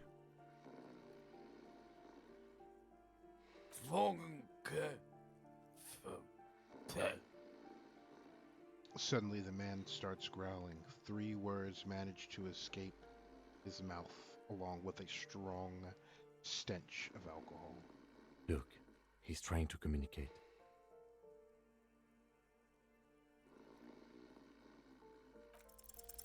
The man groans once again, but his tongue keeps failing him. It's impossible to make out the syllables. A hand emerges from the blankets, trying to gesticulate something. Baby Kuno's gonna be so... Yeah, I mean, he is kind of done already. And then it dawns upon you, clear and surreal. Pigs, he says. He's trying to call you pigs. His hand falls back on the bed, limp and defeated. A loud snore escapes his mouth. He's asleep again. At least he got to say his piece. He did. He definitely said his piece. What is there to do? We could turn him on his side so he doesn't choke on his own vomit, but he's already on his side. We could take him to Remedy or Saint-Baptiste, but he doesn't have money for medical services. The almshouse would turn him down. They don't do charity for people who are trying to kill themselves. Besides, he'll be dead in a few. Years, months, weeks. The pile of blankets grunts miserably.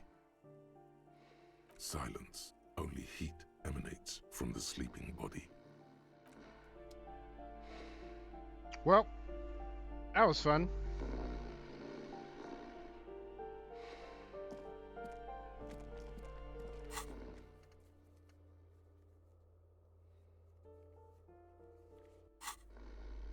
Well, glad I fucked up his dad.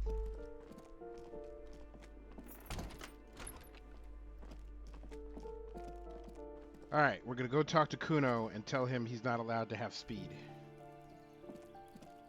Probably gonna make an enemy of the Kuno. But them's the breaks, you know?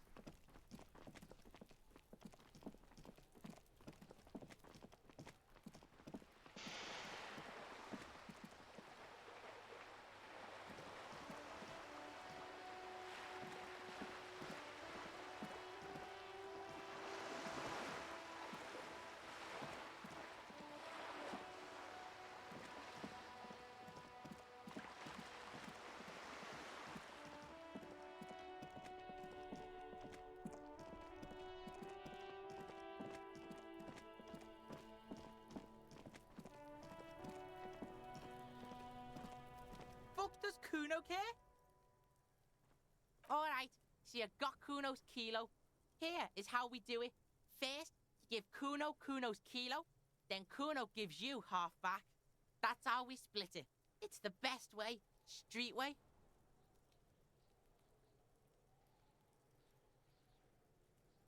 Word on the street is, you sent your little friend in dressed as a hooker, distraction style. That's some sick shit. God damn, Kuno. You little asshole. Not a single muscle moves on the lieutenant's face.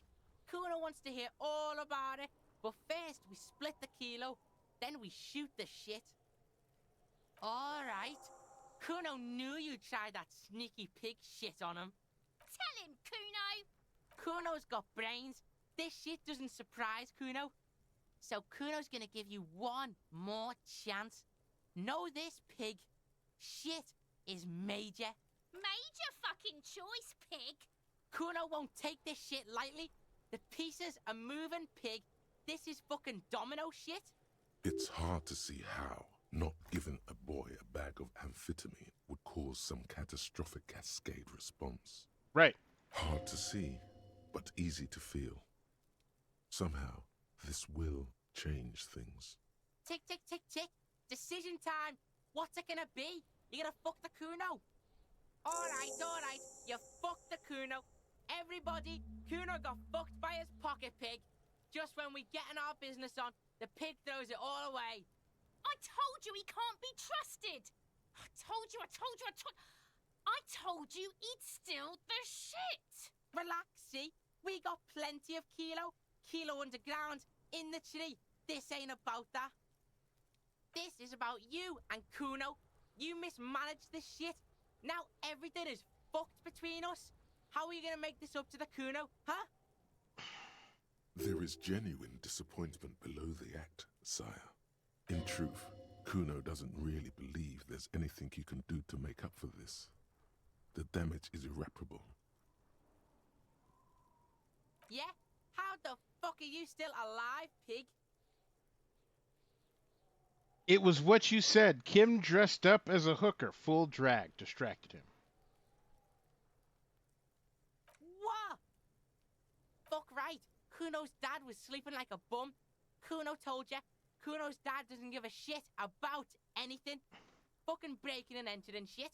That's nothing to Kuno's dad. You got lucky, pig. Kuno knew this. Kuno's fucking violent fiend dad's been drinking hard lately. Kuno knew you have a way in. Narrow window. Kuno window. Yeah? Kuno's dad is fucking nothing. Fucking coma shit. Stroke shit. Kuno's dad is so fucking violent. He's had a stroke many times. Kuno's gonna have one too. Gonna be just like Kuno's dad. Speed shit. Crime shit. Fucking on the bed.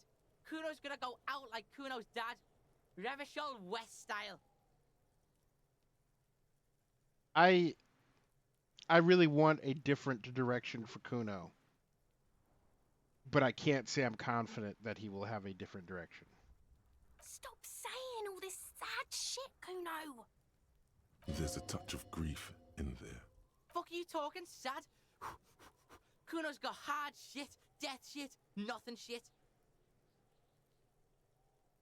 Get your fucking nun-ass out of here before Kuno fucks it dead. You think as you took Kuno's speed, Kuno's gonna sub like a turn into... Kuno ain't turning into shit. Kuno is that shit. Kuno won! Oh, you won, Kuno! The fuck do you know about Kuno's life? Kuno's got plans. Get the fuck out of here.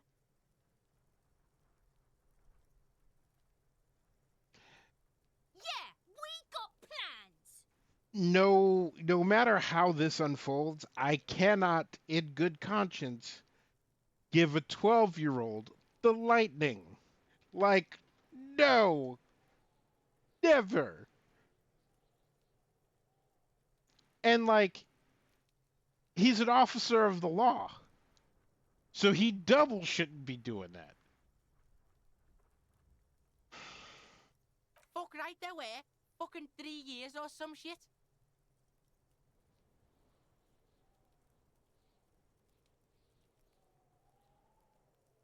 Yeah, that's right. Kuno's dad doesn't give a shit about that electricity and light shit. Just wants to pound on people and drink. Here's the fundamental difference. If I went to college for 4 years and then medical school for 3 years and then 2 years of residency and then specialized in psychiatric medicine and truly not only understood the interactions and ramifications of giving a child the lightning, and then gave it to him, and then gave him a limited supply, and then made sure I followed up and kept track of his progress, and if it wasn't working for him, stopped giving it to him, and try something else.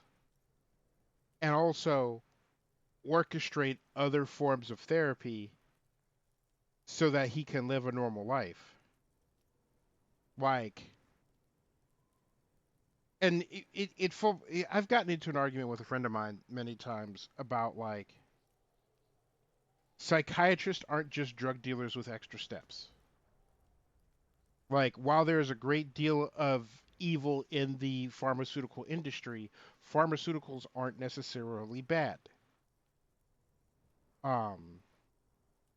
And my friend has told me many times that they don't trust the establishment and they don't trust psychiatrists and all that jazz. And it's like, it's fine. trust who you want and who you don't want. But there is a massive difference between a drug dealer, of which I have known many, and a licensed psychiatrist, both in training and in end goal. Like, a psychiatrist doesn't need to give you drugs to make money. But a drug dealer does need to give you drugs to make money. So most, not all, but most uh, uh, drug dealers, they don't care. They'll just sell you the drugs. A psychiatrist, on the other hand, is like, well, let's try this and see if it improves your life.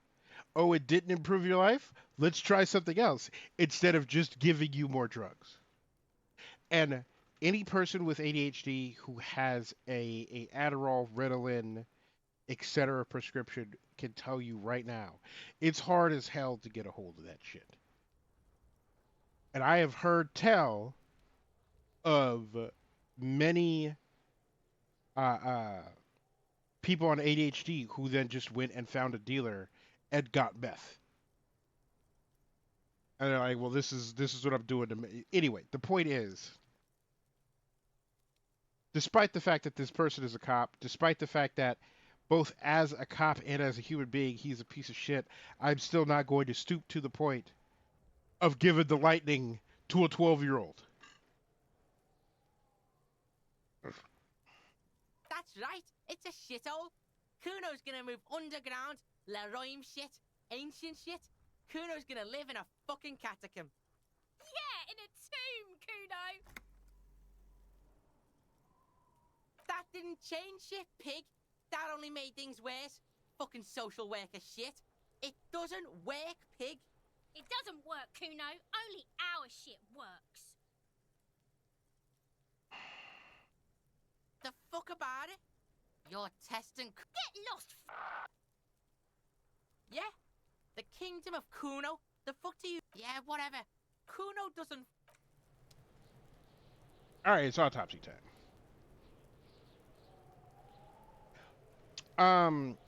Possibly before you showed up, I was talking about how, like, on the one hand, the point of this game is to play a cop and to perform an investigation, which includes, but is not limited to, talking to people and interviewing witnesses.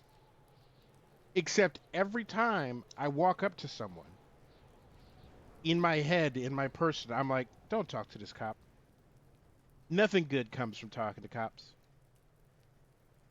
And so I cheer a little bit every time somebody's like, I ain't gonna tell you shit, cop. Because me in real life, that's how I am. Like a cop, if the door knocks right now and there's a cop on the other side of it, I am not answering it. I am not home.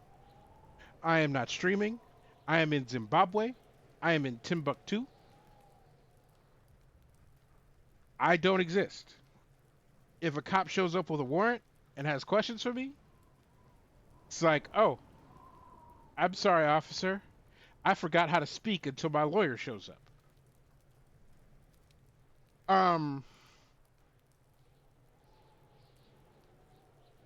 But also, like, with piece of shit cop here,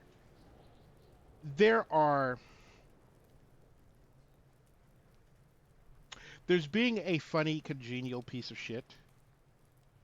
Like, you get real drunk, you puke on yourself, you stumble around, you say out-of-pocket shit to people. All that's fine and dandy. But, like, if you're a piece of shit like Kuno's dad, where, like, you have responsibilities, both to yourself and other people, especially your children, you don't take care of those things. That really bothers me. Or if you're the sort of person, because, like, you want to ride the lightning, you want to smoke, you want to drink, you want to do all those things, great. And depending on your job, I'm even okay with you doing that on the clock. Like a bartender, absolutely throw it back. Bartender, streamer. Uh, uh, who else am I okay with drinking on the job? Like if you got a desk job, 911 operator, moderator, like there should be a bottle of alcohol in that drawer. But if you're a surgeon or a police officer, maybe don't drink on the clock.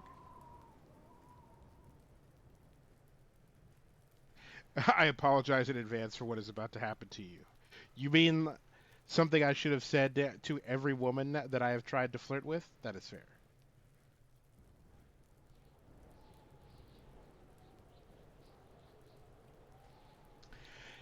It's...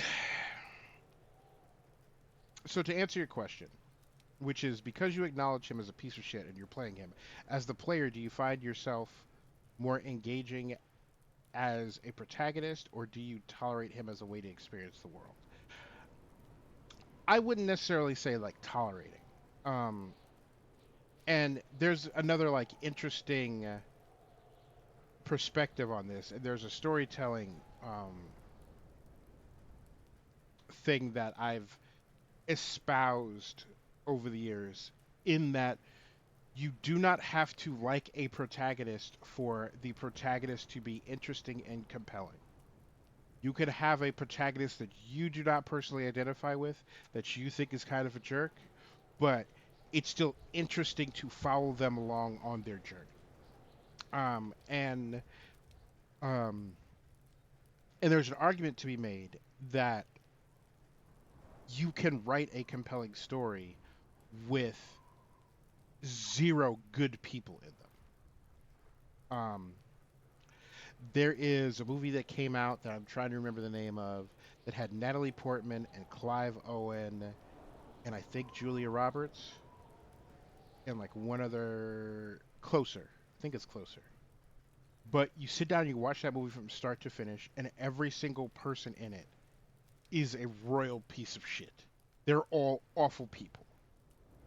And there are no happy endings. And it's still an excellent movie, and it's very compelling, and I will absolutely sit down and watch it again. Like, It's Always Sunny is a good example. There are no good people on that show. And it makes no bones about everyone being shitbags. Like, the center part of the comedy is how awful everybody is. And I think that's like the major difference I have between like the difference of opinion I have about It's Always Sunny versus Seinfeld. Seinfeld is a show where they're all terrible human beings, but the show acts like they're reasonable people. And it's written from the perspective of we're all behaving reasonably. There's nothing obtuse about what we are doing. And everybody else who's reacting poorly to us, they're the people with the problem. And there are too many people who don't recognize that. And there are too many people who argue that, like, the people in Seinfeld are, like, not terrible human beings.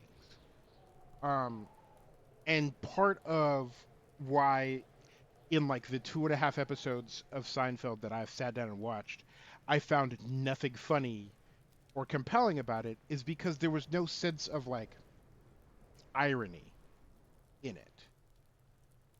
Whereas you sit down and you watch Always Sunny, and it's so over the top, it's so in your face, it's so slapstick, that there's no way that the viewer can watch this and go, the writers think these people are great.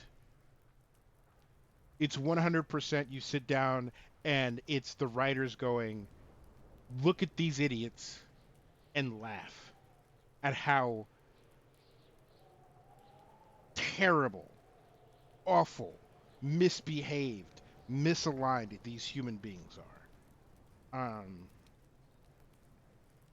And That's where the comedy comes from for me. Same thing with Archer, is like you watch Archer, and they're all bad people. They're all just terrible human beings, and their own actions make their world worse. And that's where the comedy comes from. And so with something like this, where it's like Lieutenant Kim is a good dude, he's fucking ride or die. Listen, I love Pam. I love Pam so much. Pam is a gossip. Pam gets involved with just the most dangerous people that she could get her hands on. She works at a spy organization, a non-sanctioned spy or organization, and races with the Yakuza, and hangs out with biker gangs, and goes to a fight pit. All of those things are awesome. None of those things make her a good person. And as the HR person, having a problem with sexually harassing your coworkers, probably bad. I do love Pam, though.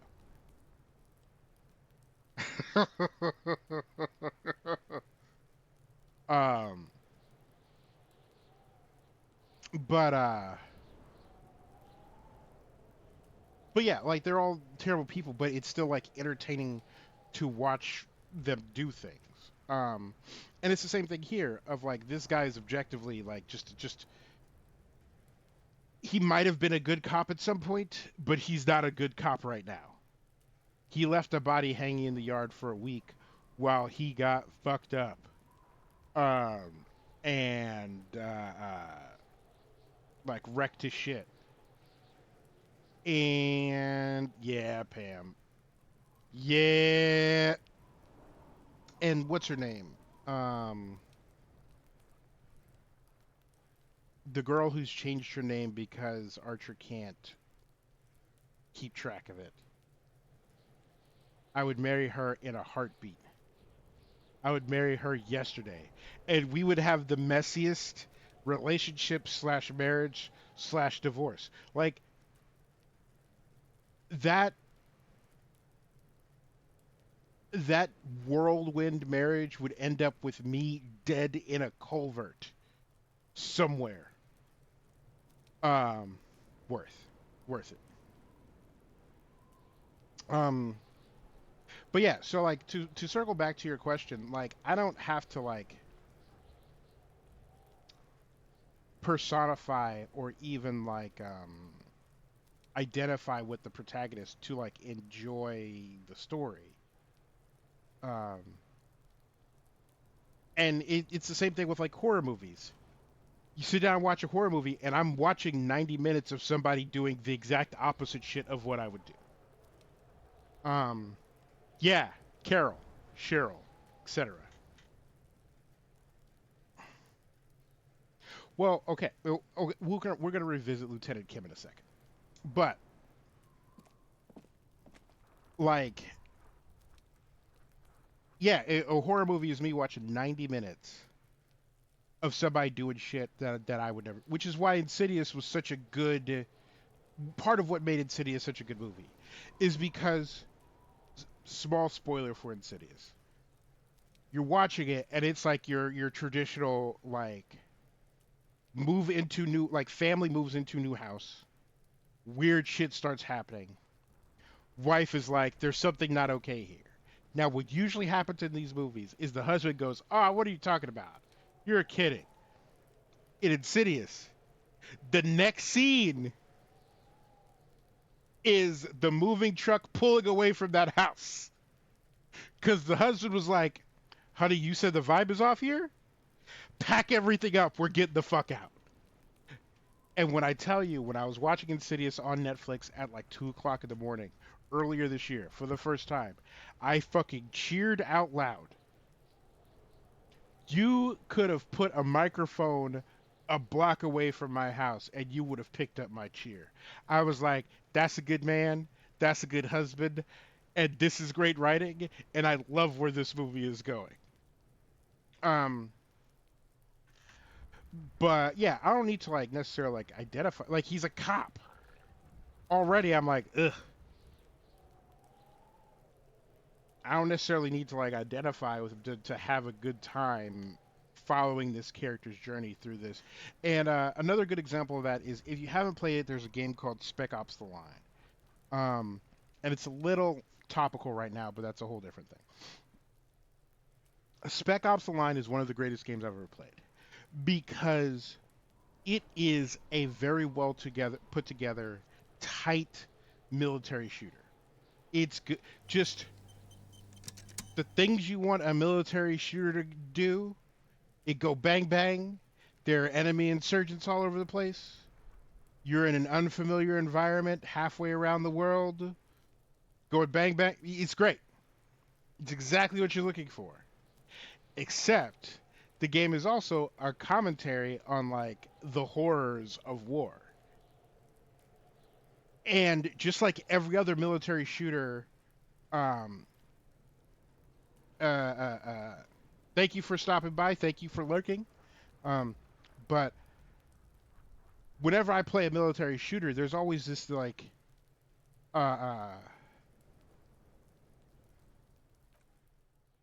there's always this disconnect I have with the game I am playing. Like if I'm playing Call of Duty, if I'm playing Medal of Honor, if I play, because the idea of threatening your life and sacrificing your life for an ideal like an amorphous ideal like a country, and being part of a war machine, and and in addition to all of that, also um, committing extreme and traumatizing acts of violence, both for you, the person committing them, and for the victims and the community of the victims. Um,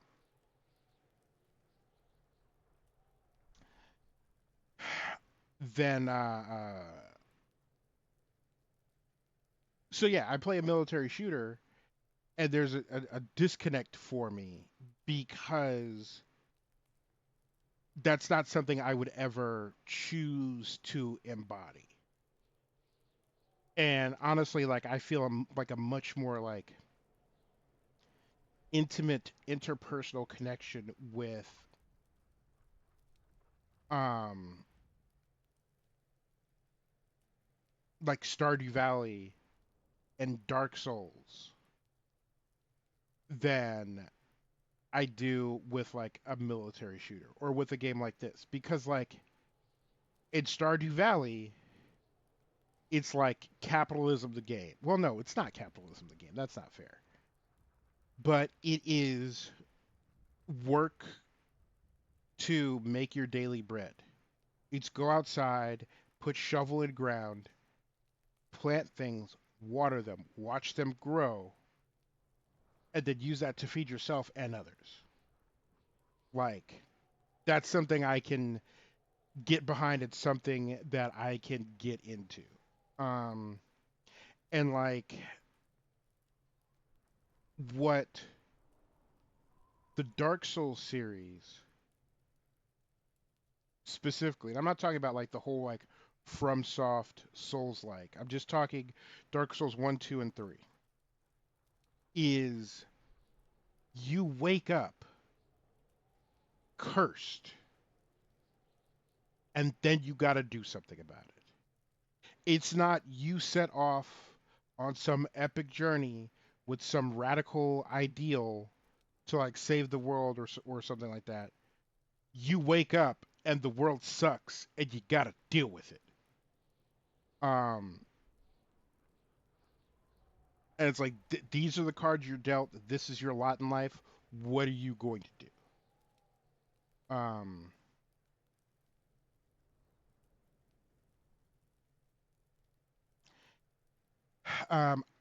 I respect Spec Ops for what it did at the time, but I think it doesn't quite deliver on its message, as you literally have no choice but to commit the atrocities, then it blames you for them.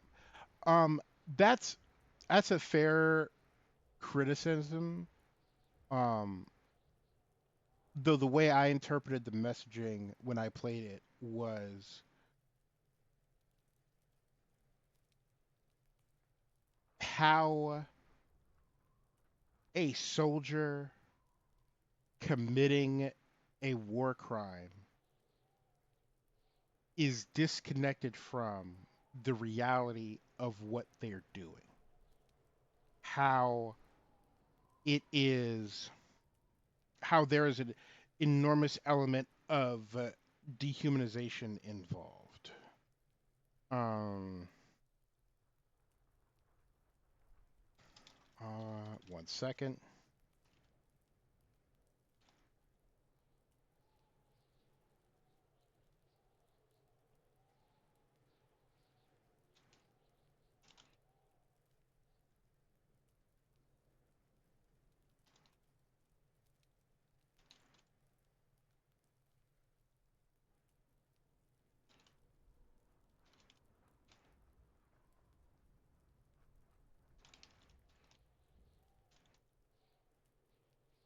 Um,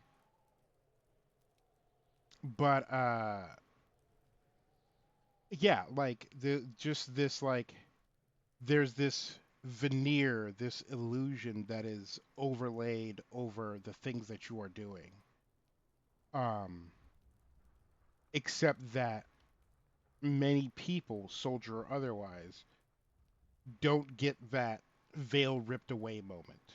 Um, and so, and also like your average person, especially like your average person who plays military shooters and goes, "This is fun. This is a good time."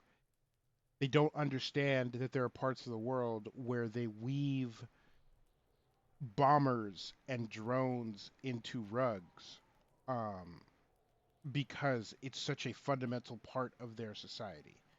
Um, they don't realize that for generations now, whether it be Cambodia or Iraq or Afghanistan or many other places, where there are adults who are lucky enough to have made it, but as a kid, they didn't look up and see the same sky that I did.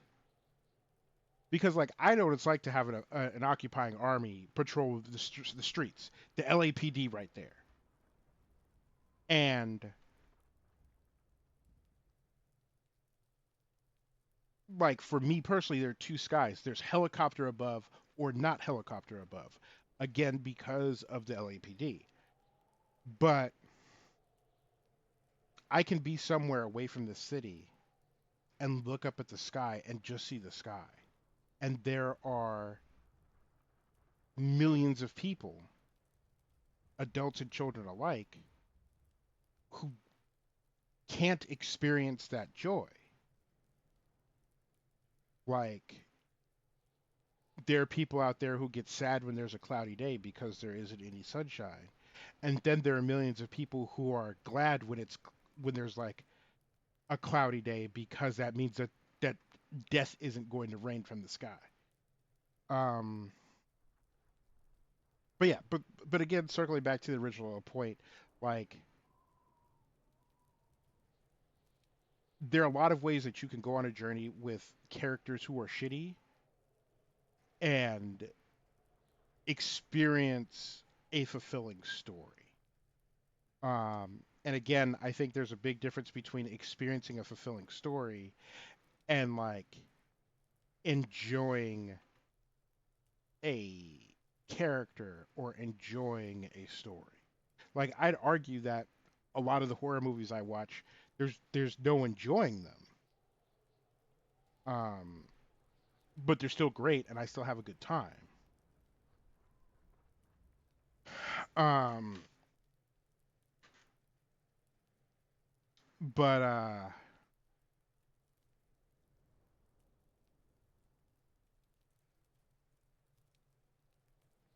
yeah, in Spec Ops it does do that, but again, I think there's like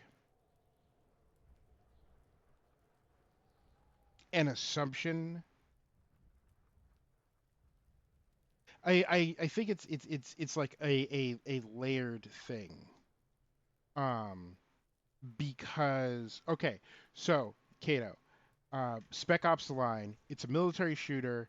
And it's a futuristic military shooter. It takes place like 20 years in the future. Dubai is covered in sand, and it is ostensibly and starts out as a Heart of Darkness situation where the offensive thing to say is they've gone native. But there's a dude who is, I think, a lieutenant general, some high-ranking military officer who is off his gourd, who's gone completely around the bend and is doing awful stuff. And so you are part of a fire team sent to go and extract this man, to go stop him from doing whatever stupid shit he's doing. And you show up and you find like things he's written and things he's recorded, and then you pick up a radio and he could speak to you directly. And as he's talking to you, he's sort of like laying out his whole reason for doing what he's doing. And he sounds like he's lost the plot. Like he sounds like he's not that he has found a way to talk himself into whatever thing that he is doing. And the idea is it's playing on the trope of, well, the bad guy occasionally has a point. And the bad guy has a point until the kick the dog moment. And you go through the game and you're killing insurgents and you're fighting the people who are shooting back at you. And it presents itself as a standard, like, you represent the side of good. You are the military and you are going to clear out these people that are objectively bad. And in the early part of the game and up to like the midpoint of the game, there are these little hints that maybe you are not the good guy. But they're very easy to brush away, especially whenever you get one of those hints, the guy comes on the radio and then reinforces the fact that he's just completely out of his gourd.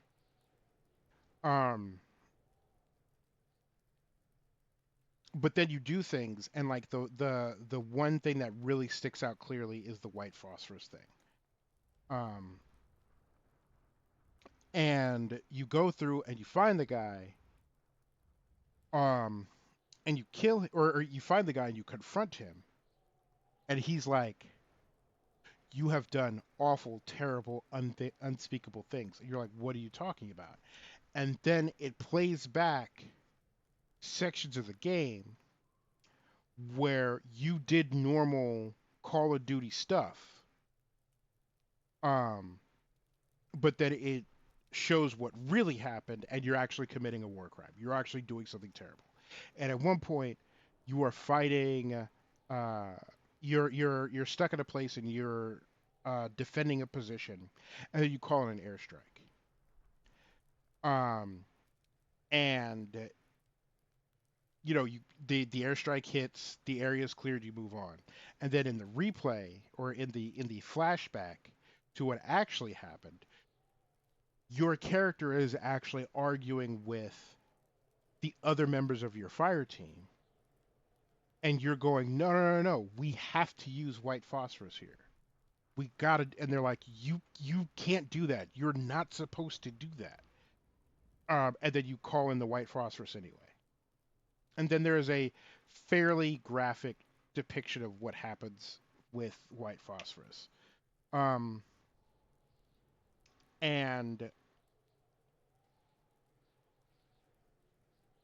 Ribbon brings up a good point of like, one of the things is the tooltips on the loading screens change. and it's like, press control to crouch, and then it's like, under the Geneva Conventions, such and such is a crime.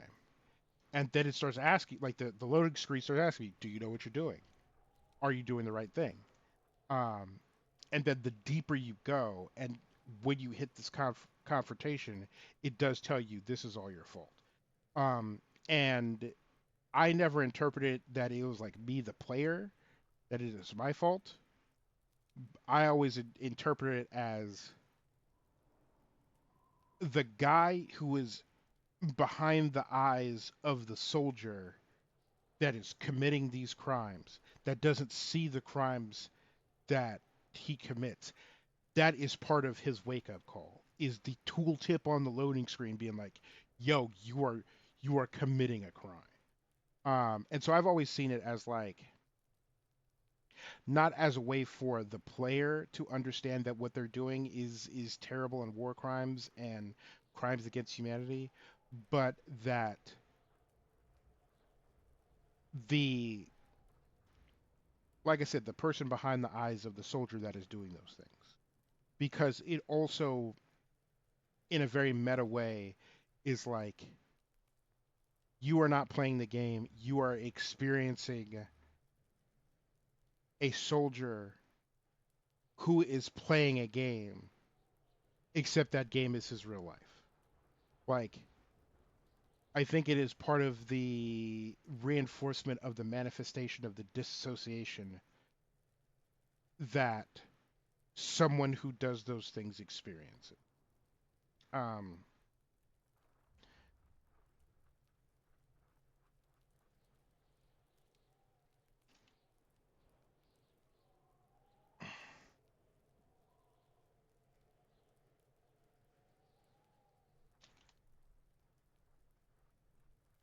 But yeah, there is an element of like and it's very easy to like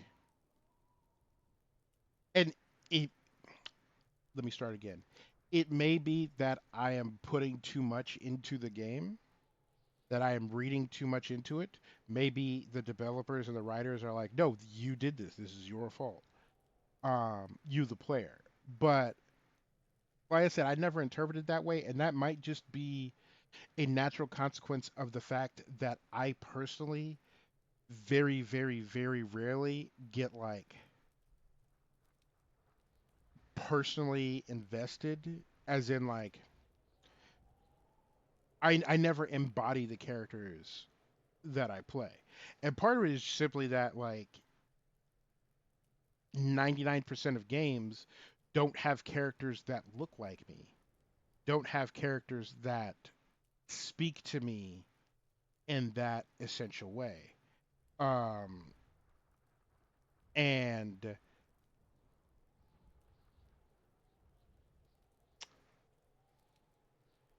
that's why like that actually may explain why I have such a problem with horror games. Is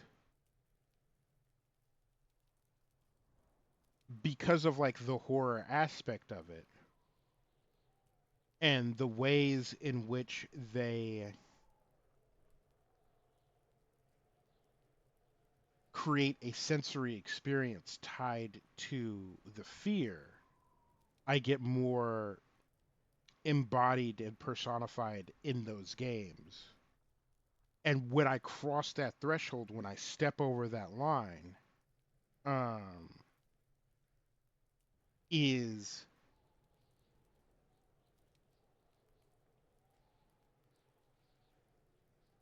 is where it gets uncomfortable for me. Is where it gets unpleasant for me. There was a Amazon horror series that was sort of based around the black horror, like the horror of racism in the United States, and horror stories told of that. And I got halfway through the first episode. The first episode is about this family that moves to Watts back when Watts was a primarily white demographic. And so many of the things that happened in that first 20 minutes speak directly to me, like crawls underneath my skin and lives in there, that I had to turn off.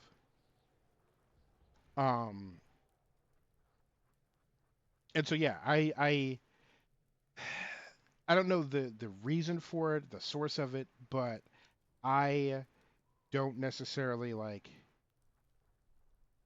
put my being on the inside of characters in games because they don't necessarily like speak to me that way. And so that's why like I said, I may be reading more into Spec Ops: The Line than the developers intended, but that was my takeaway. Final Fantasy VII and Final Fantasy VII Remake, I need to make more headway in Remake. Hold that thought. I have to pee. We shall return shortly.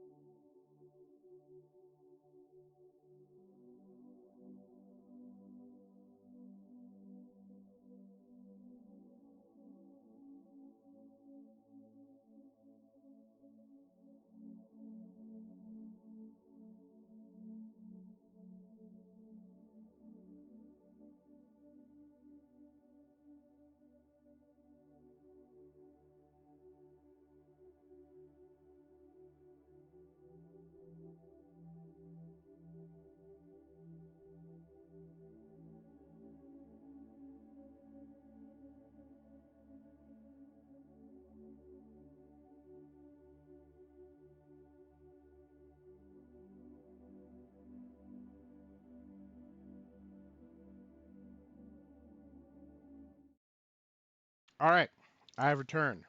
I had to make a pit stop to get a Kato snack, but um,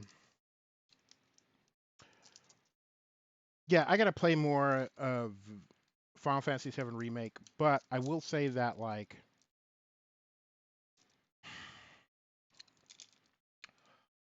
on the idea of like media representation, um, once once a once a piece of fiction, once a piece of art leaves your hands, like once it's released to the public, once it's published, it's no longer 100% yours. Um,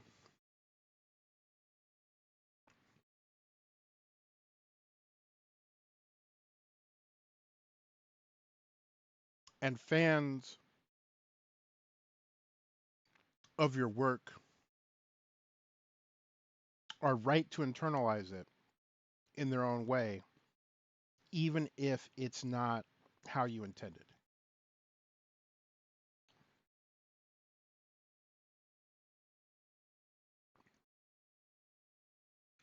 Listen, live snack review.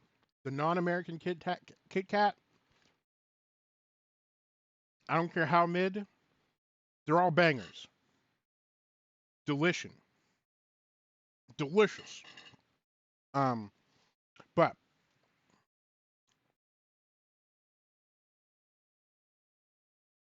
like, I've said before, like Piccolo is the black dad of Dragon Ball Z.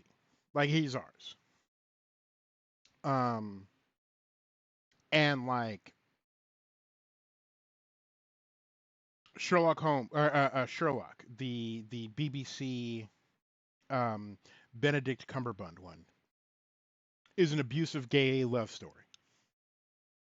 Um and so on. Like all of those are like valid interpretations. Now I think things get different when you, as someone who has this interpretation, then try to sell that interpretation to others.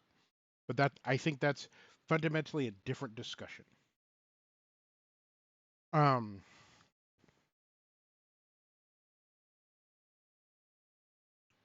but Final Fantasy VII Remake being like a trans story is 100% valid. Like Kay will tell you, she first discovered like in a very real way homosexuality when Barrett and Cloud went on a date. Um, I first discovered my love affair with slight femboy twinks in 1989 when I played The Legend of Zelda. Um, and no one can convince me that Link is not a little Twinkie femboy. No one. And I spent a whole lot of time in Breath of the Wild running this man around town in a skirt. Okay? He'd be skirt, nothing else on. Nips out in the cold. Um, and like no one can say to me that Barrett wearing the sailor suit on a date with Cloud in a dress and pigtails and tell me that's not a gay date. Like, you couldn't make it more gay if Cloud sat in Barrett's lap and Barrett spoon fed him ice cream. Okay? And whether Square Enix intended that or not, whether the person who specifically wrote that scene intended that or not, doesn't matter. It's ours now. We get to say what it is. And like one of my favorite sort of examples of this is the guy who created Bayonetta. Someone approached him and was like, "Yo, there's a lot of like fan fiction hentai about Bayonetta. Like how do you feel about that?" And he's like, "I'm really upset about that. They keep writing Bayonetta as a bottom and she's totally a top." And I'm like,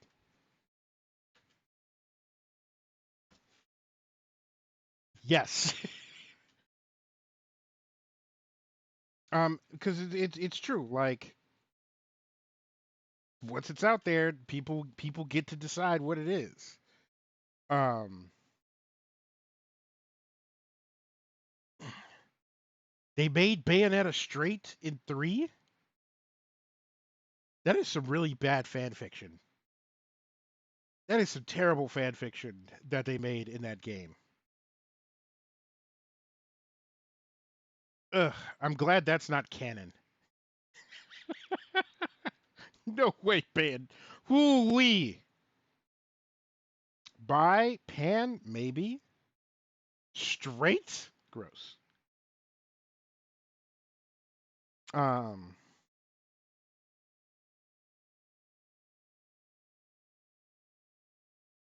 and like, yeah, Link is a great example because like you get 5 people who are all equally nasty, but nasty in different ways, in a room and ask them about Link, and you will hear gay twink, you will hear soft boy heterosexual bottom, you will hear bi curious bottom, um, you will hear like ace simp, where he's just full of duty to protect the princess of Hyrule, and that's it. You'll get a bunch of different takes. You'll even get somebody claiming that Link is a top, and that person is wrong, but they are entitled to their opinions. Um, so yeah, when it comes to a lot of those journeys, like it's important to recognize that how you interpret it and what you take away from it, especially if it's something really positive, especially if it's something really affirming, um, then that's a good thing. Like my favorite GTA is GTA San Andreas because in the first part of that game, there are so many things in that were nostalgic and affirming for me, and so many things that were a part of my real lived experience that it spoke to me in a way that a game has not spoken to me before or since.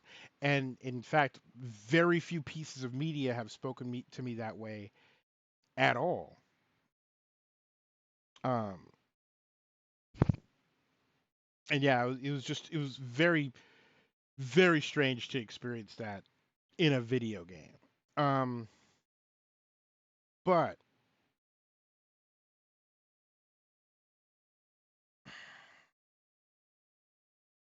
if San Andreas is the only GTA you've enjoyed, then uh, you have excellent taste. I will so like I have problems with 5 just because of Grand Theft Auto Online. Um, I've played maybe 5 hours of Grand Theft Auto Online and at no point had a good time. And they also scrapped a lot of the stuff that I was looking forward to. Um, in lieu of doing stuff for Grand Theft Auto Online, like a lot of single player stuff I was looking forward to. And the way a lot of the like plot stuff unfolded in 5, just in terms of timing of some things, I kind of feel ways about.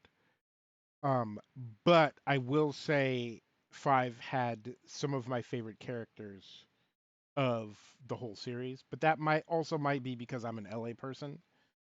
Um, but there are San Andreas people, there are Vice City people. And yeah, I think that's it. I think there's like an even split between like people who loved Vice City and think that's the best one, and people who love San Andreas and think that's the best one. Um, but oh, and one last thing, circling back to the original question about this guy's a piece of shit. All of the things that this man has done that make him a shitty person happened before I got a hold of him.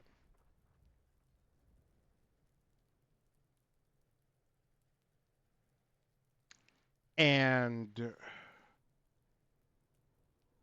the choices he has made since, I think, are good choices. Now, if the game forces me to only make choices that make him a shittier person, like if the game did give me an option to not give the drugs to your boy Kuno, then I would feel less good about the game. Like, there is a question of agency.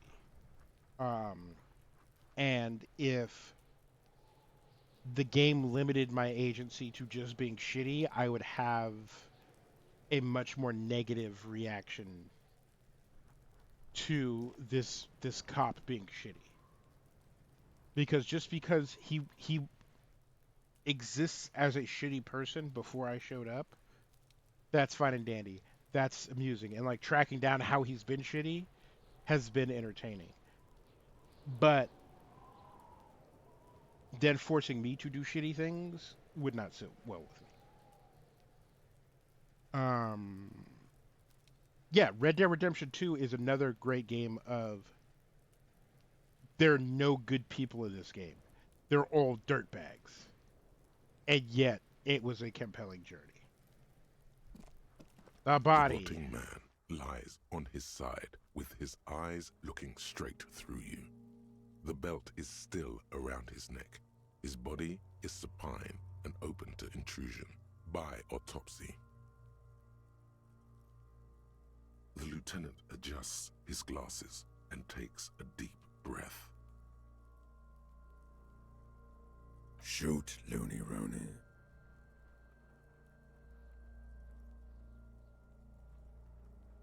What is it that killed you then? Love or communism? Huh? You said loved killed you, but when you fell down, you said it was communism. You're misquoting me, Rooney. I said communism killed me. Love did me in. Mood, I've been there. You really need to learn the difference, buddy. This is embarrassing. Come back later, Corpo. Amuse yourself with my frank manners and my memento mori features. If possible, also, see me in your dreams. First, what exactly is a field autopsy? Come on, officer. You know what a field autopsy is. You've done 100 of them. What you do know is, at 18.9 kilometers, the dormant shield volcano, Corpus Mundi, is the world's highest summit, and the failure of the 38 single, Epui Descent, to crack the top 20 was the death knell of disco. But what a field autopsy is, you have no idea. Do you have another pair of gloves? Unfortunately, no. They are better than nothing. Tell you what, I perform the anatomical side of things while you will take notes. That's right.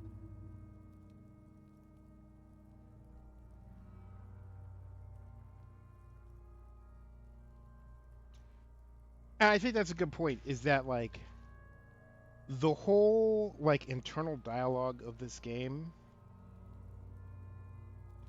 rings true for a lot of experience of the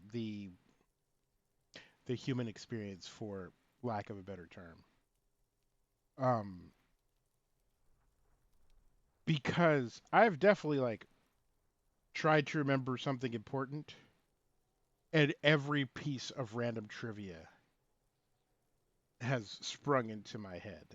The dead man stares in silence as you crack open the ledger. The bright red paper is covered in boxes and lists, describing the condition of his skin and organs in 3 parts.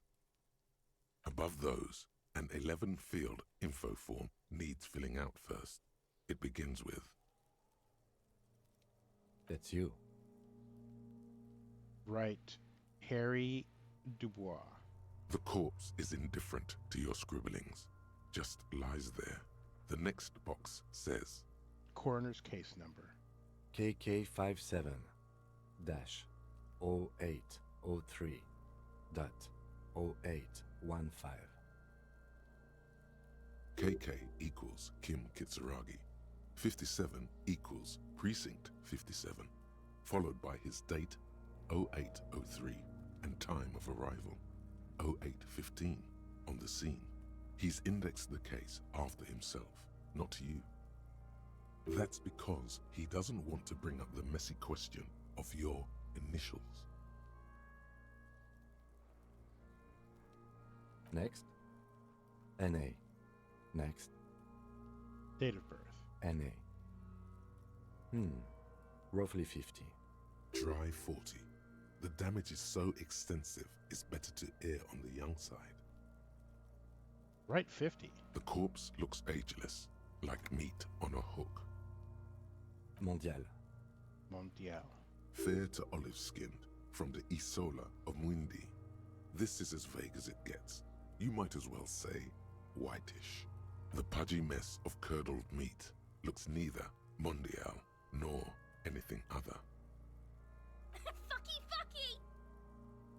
Also, now I want to sit down and play Final Fantasy VII Remake so that I can witness the trans journey and also Tifa. Though, when I was playing it, the first part of it, there was a chick who was part of the rebels that was really in the cloud, and I was just like, listen, Jessie. Is her name Jessie? Jessie could get it. Male. Sephiroth could get it, but that's different. This is different. That's different. Pigs can have sex!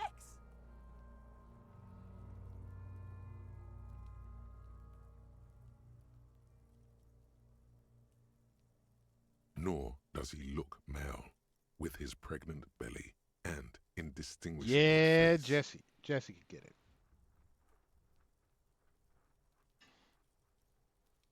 And also, if I could play the whole game with Cloud in pigtails and a dress, I would.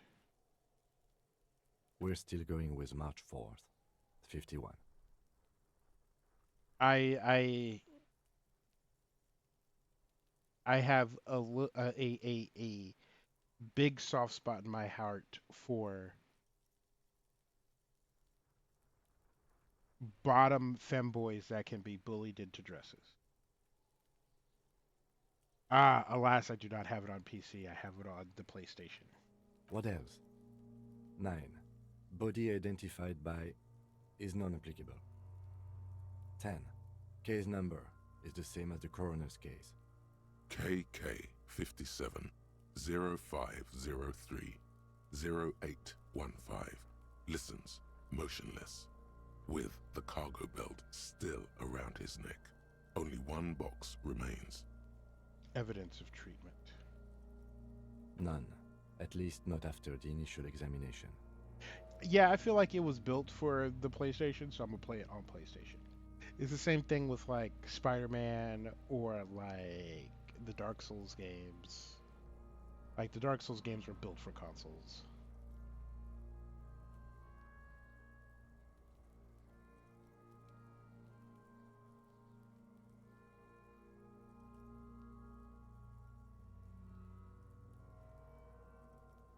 A silent nod.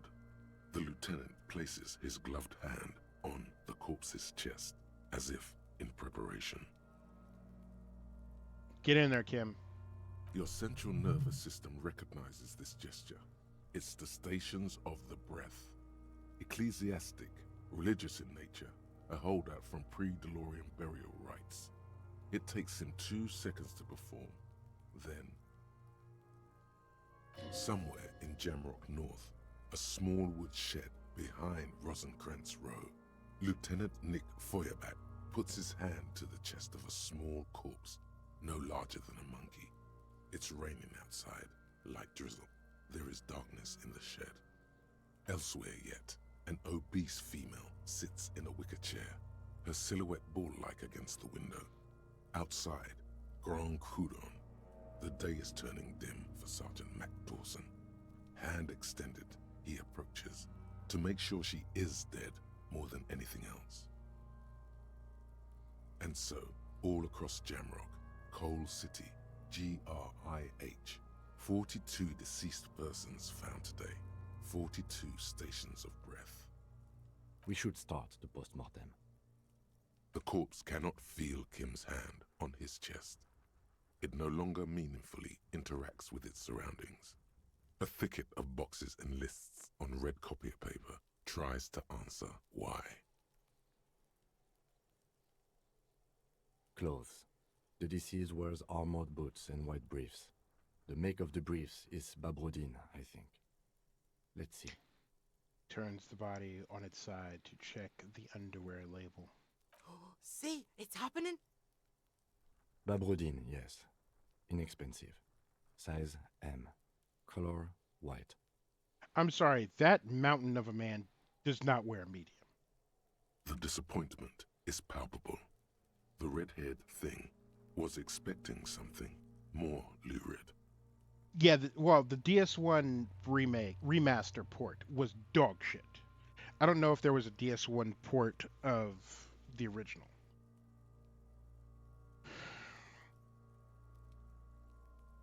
The rest of the clothes have been removed post-mortem by scavengers in order to get to the victim's ceramic armor.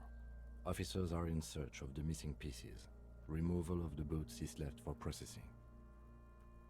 It would be clever of you to omit the boots altogether, sire. If you are to keep them for yourself, as you ought to, you have deserved them more than anyone else. The boot has a serial number. It's E50.100.100. The lines between the plates are in the shape of the alphanumerical. The number is purposefully concealed by the design. Tattoos.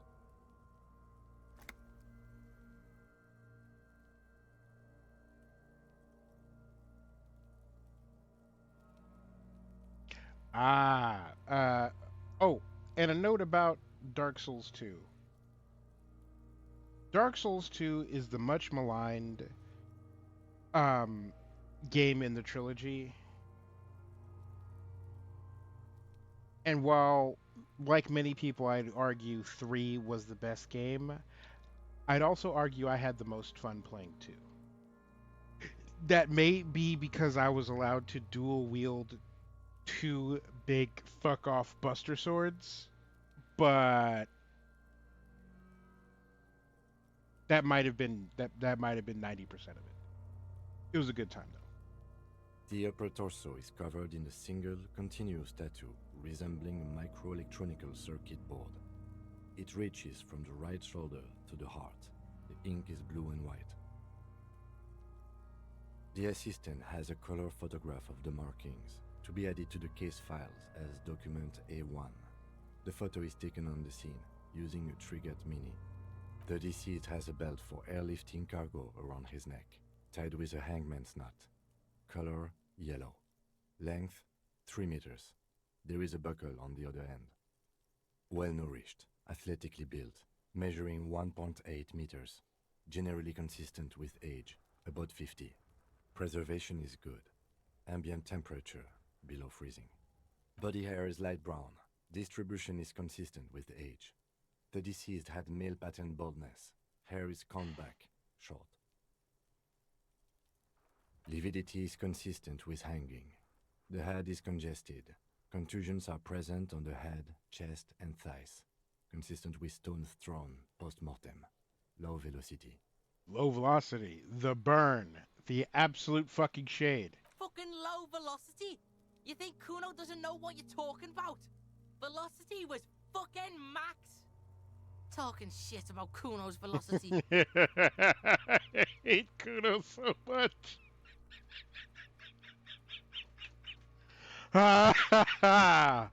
In addition, there are bite marks on the face, scalp, and chest, consistent with predation.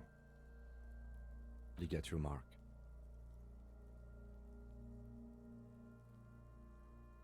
Yeah, Majula was just the best fucking hub. And the Dragon Princess is my favorite, like, hub person outside of the doll in Bloodborne. And also, dual wielding. Dual wielding the ultra great swords. There's no better time than that. The lieutenant produces a small folding knife. With the other hand pulling on the belt, he starts cutting into the polyester. The stench is horrid. After a while, it's obvious the material cannot be cut. Steel wiring. There's too much of it. We need to remove the belt so we can get to the ligature mark. You got just the right tool for that. The chain cutters. Always good to think ahead. Now...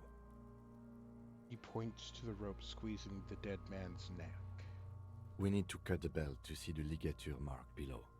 Carefully, with as much precision as you can. See? My pig is gonna fuck his head off. No, he ain't. Your pig's a boring fuck.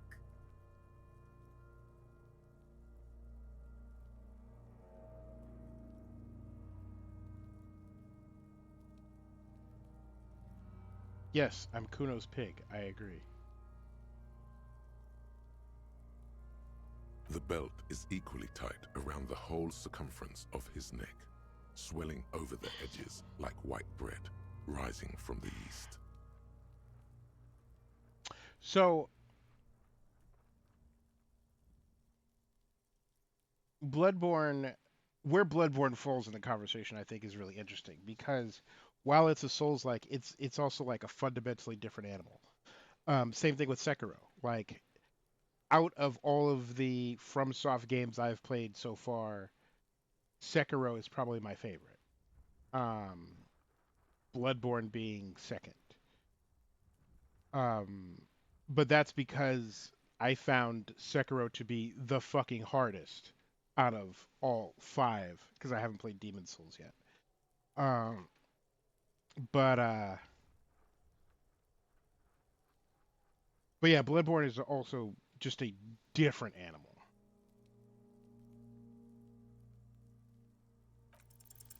After some deliberation, you sink the cutters into the knot tying the belt together. You squeeze the rubber handles together, sweat forming on your brow. Snap! The knot is slashed. Another cut and the belt falls apart like a flower bouquet, revealing the dead man's neck and the dark red ligature mark around it. The rope rises to a point, leaving a gap in the ligature mark. The suspension point is in the back of the neck. Hemorrhaging is observed on the skin, above and below the ligature mark. The mark is well pronounced, consistent with a drop from 1 or 1.5 meters. Chest is intact, normal contour, abdomen is protuberant, pelvis intact, genitalia... He pulls down the man's underpants. No! It's get up and see! I fucking knew it! This is clearly what they've been waiting for, ever since the autopsy began. The lieutenant is trying to make it as boring as possible. Genitalia is male and unremarkable. No evidence of injury. Back is symmetrical and intact. Upper and lower extremities are intact, but asymmetrical. There are combat injuries on the right hand, thigh, and hip.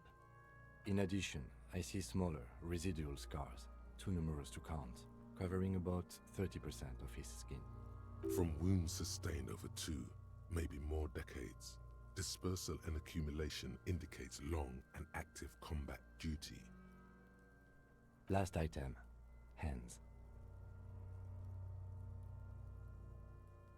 Hands are clean. No sign of a recent struggle. Ooh.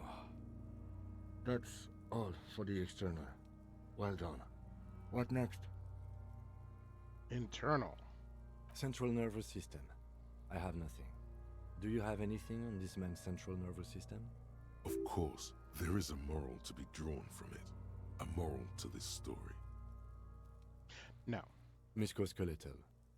Purge fluid is coming from the mouth. Not injury related. Eyes and tongue protuberant. Hyoid bone. Let's see.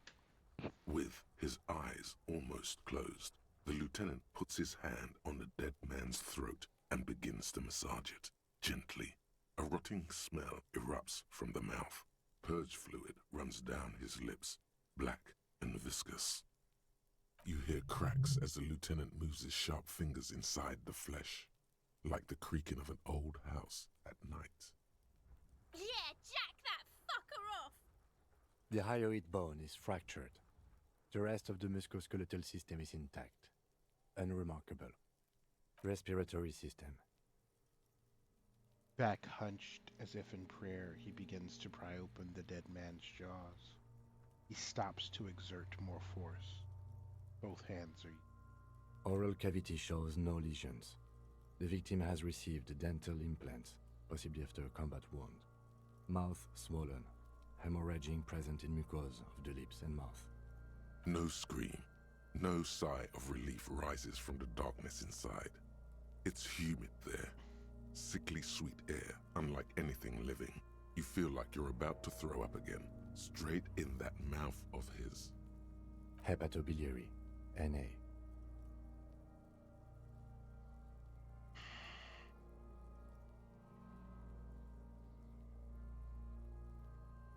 Same for toxicology and serology, NA. Cardiovascular. The body exhibits heavy lividity. Blood has gathered in the hands, feet, and neck. Hypostasis is visually consistent with the hanging.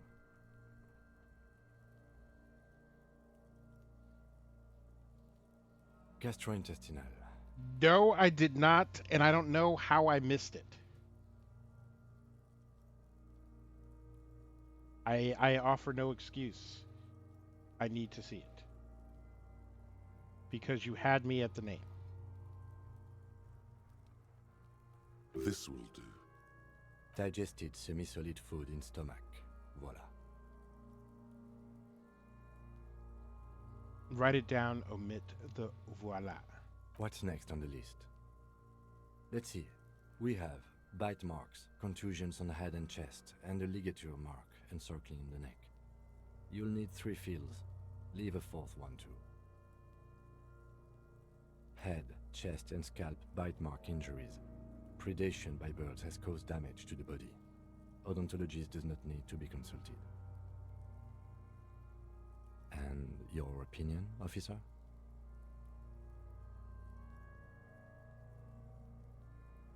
Non-fatal post-mortem.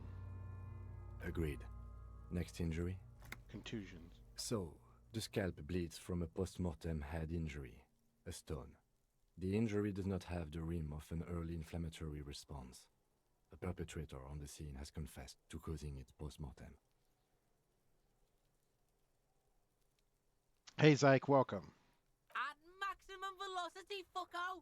At maximum velocity. Copy link address. Paste.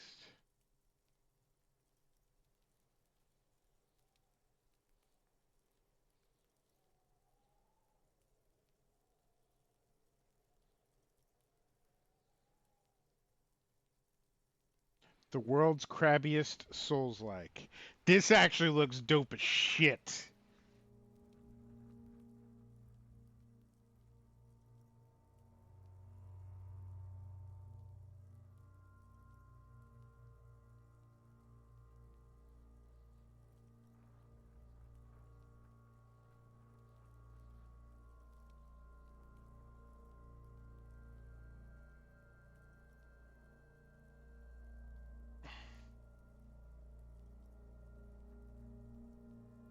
Not the chopsticks!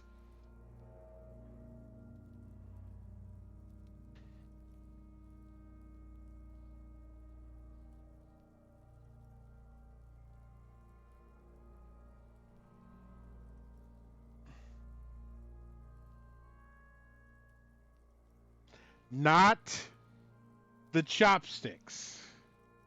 That's what won me over.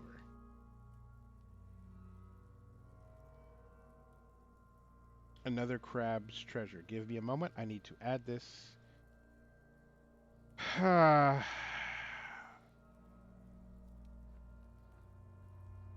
To my wish list. Which is already fucking bloated. I have to figure out if I have $7.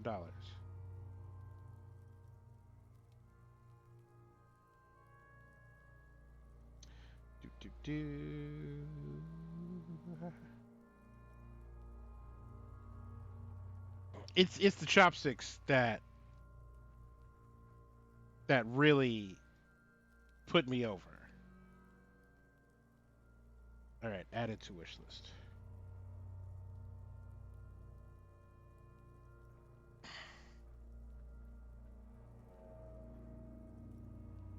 Yeah, I am anticipating it now as well. The Clicku.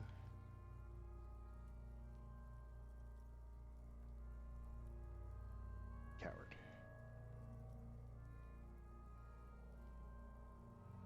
All right, back to Kuno at maximum velocity. Bucko. Has confessed to causing it at maximum velocity. Coagulated blood sticks to his scalp and chest, where the countless stones have hit the dead man. Beneath, the description of injury. 2 boxes. Right. Next. A dark red abraded ligature mark encircling the neck, with a gap on the nape measuring, let's say, 7 centimeters. The hyoid bone is fractured, the cervical column intact. I see hemorrhaging on the skin, above and below the ligature mark. Depth of the mark, 1 centimeter. No signs of clawing on the neck. Below the note, 2 customary boxes wait to be ticked. The man's head jerks to the side. The ring around his neck is visible. Definitely fatal. That's it. We have established cause of death. It's not much, and it leaves much to be questioned, but it's a start.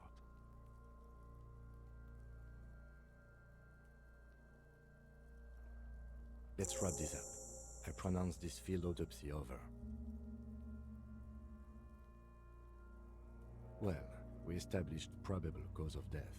Some would say that's the goal of an autopsy. We were thorough with the list of injuries too. We described them all in detail. What is there to say?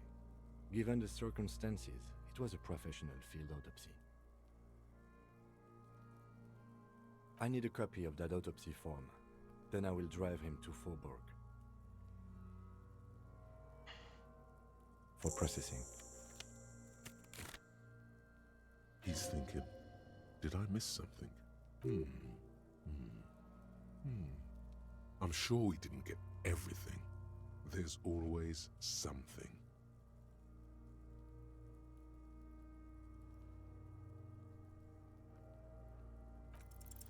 You run your hands over the victim's cold body, his limbs, his torso with its swollen organs. Maybe you should be more thorough. His fingernails have turned dark. Do you think we missed something? You can't shake the feeling that there are more secrets concealed in the flesh before you. Okay, well, we are in livor mortis here. He is disintegrating. We need to refrigerate the body if we want to conduct another examination, and we need to do it fast. Hey, wasn't there a giant ice bear sarcophagus below that building? Yes. Now, I've rarely been disappointed with the size of giant ice bear flesh, but I think we should still take a look at it first. Make sure it's I big love enough Kim. before we carry him over. Let's move. With every hour, whatever we are looking for in the deceased will become harder to find.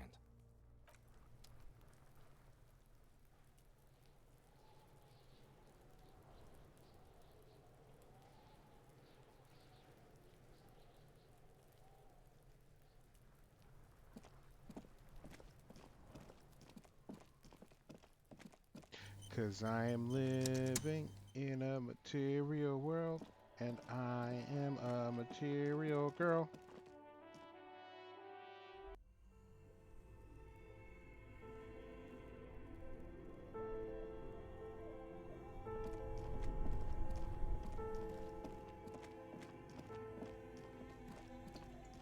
The bear's eyes are still glowing red, watching over all the ice cream wrappers hidden inside its belly.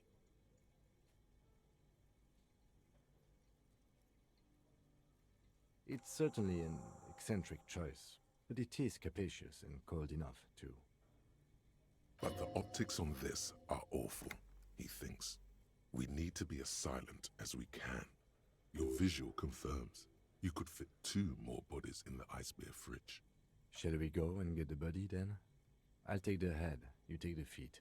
The body is heavier than you expected, and stinkier.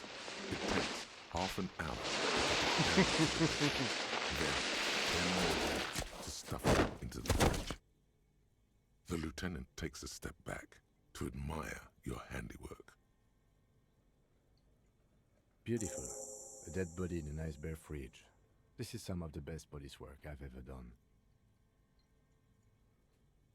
Of course you don't. Look at that. What have we done? We stuffed a dead body in a nice bare fridge. This does not leave this room. This isn't police work, Kim. It's art. We're artists. And this was our vision. Did we though? Okay, maybe we did. At least we've stopped the body from decomposing further. Now you can conduct another inspection under controlled circumstances. Inside the icy realm of the ice bear fridge, the corpse stands slumped, waiting. Shoot, Looney Rooney. I like it a lot, brother. This really is your finest hour. You're a genius. A regular Corpelangelo.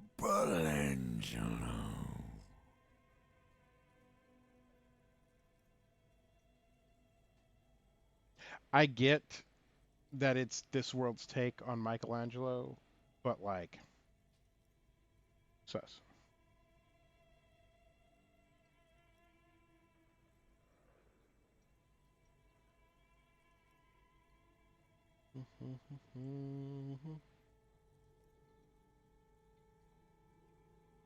Come back later, Corpo. Amuse yourself with my frank manners and my memento. You touch the dead man's body. His skin is cold, light blue and silvery in the light of the fridge.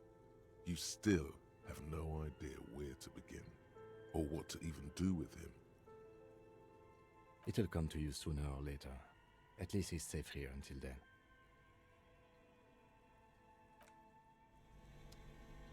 All right. It is a time after 7. Though I ate earlier, I am getting a little peakish. We've been at this for a couple of hours. There is no talk show on Tuesday because we are off through the end of the year. And because Kay is out of town and away from her streaming equipment. But David is going to pop up with a surprise gaming stream here or there over the next week or two.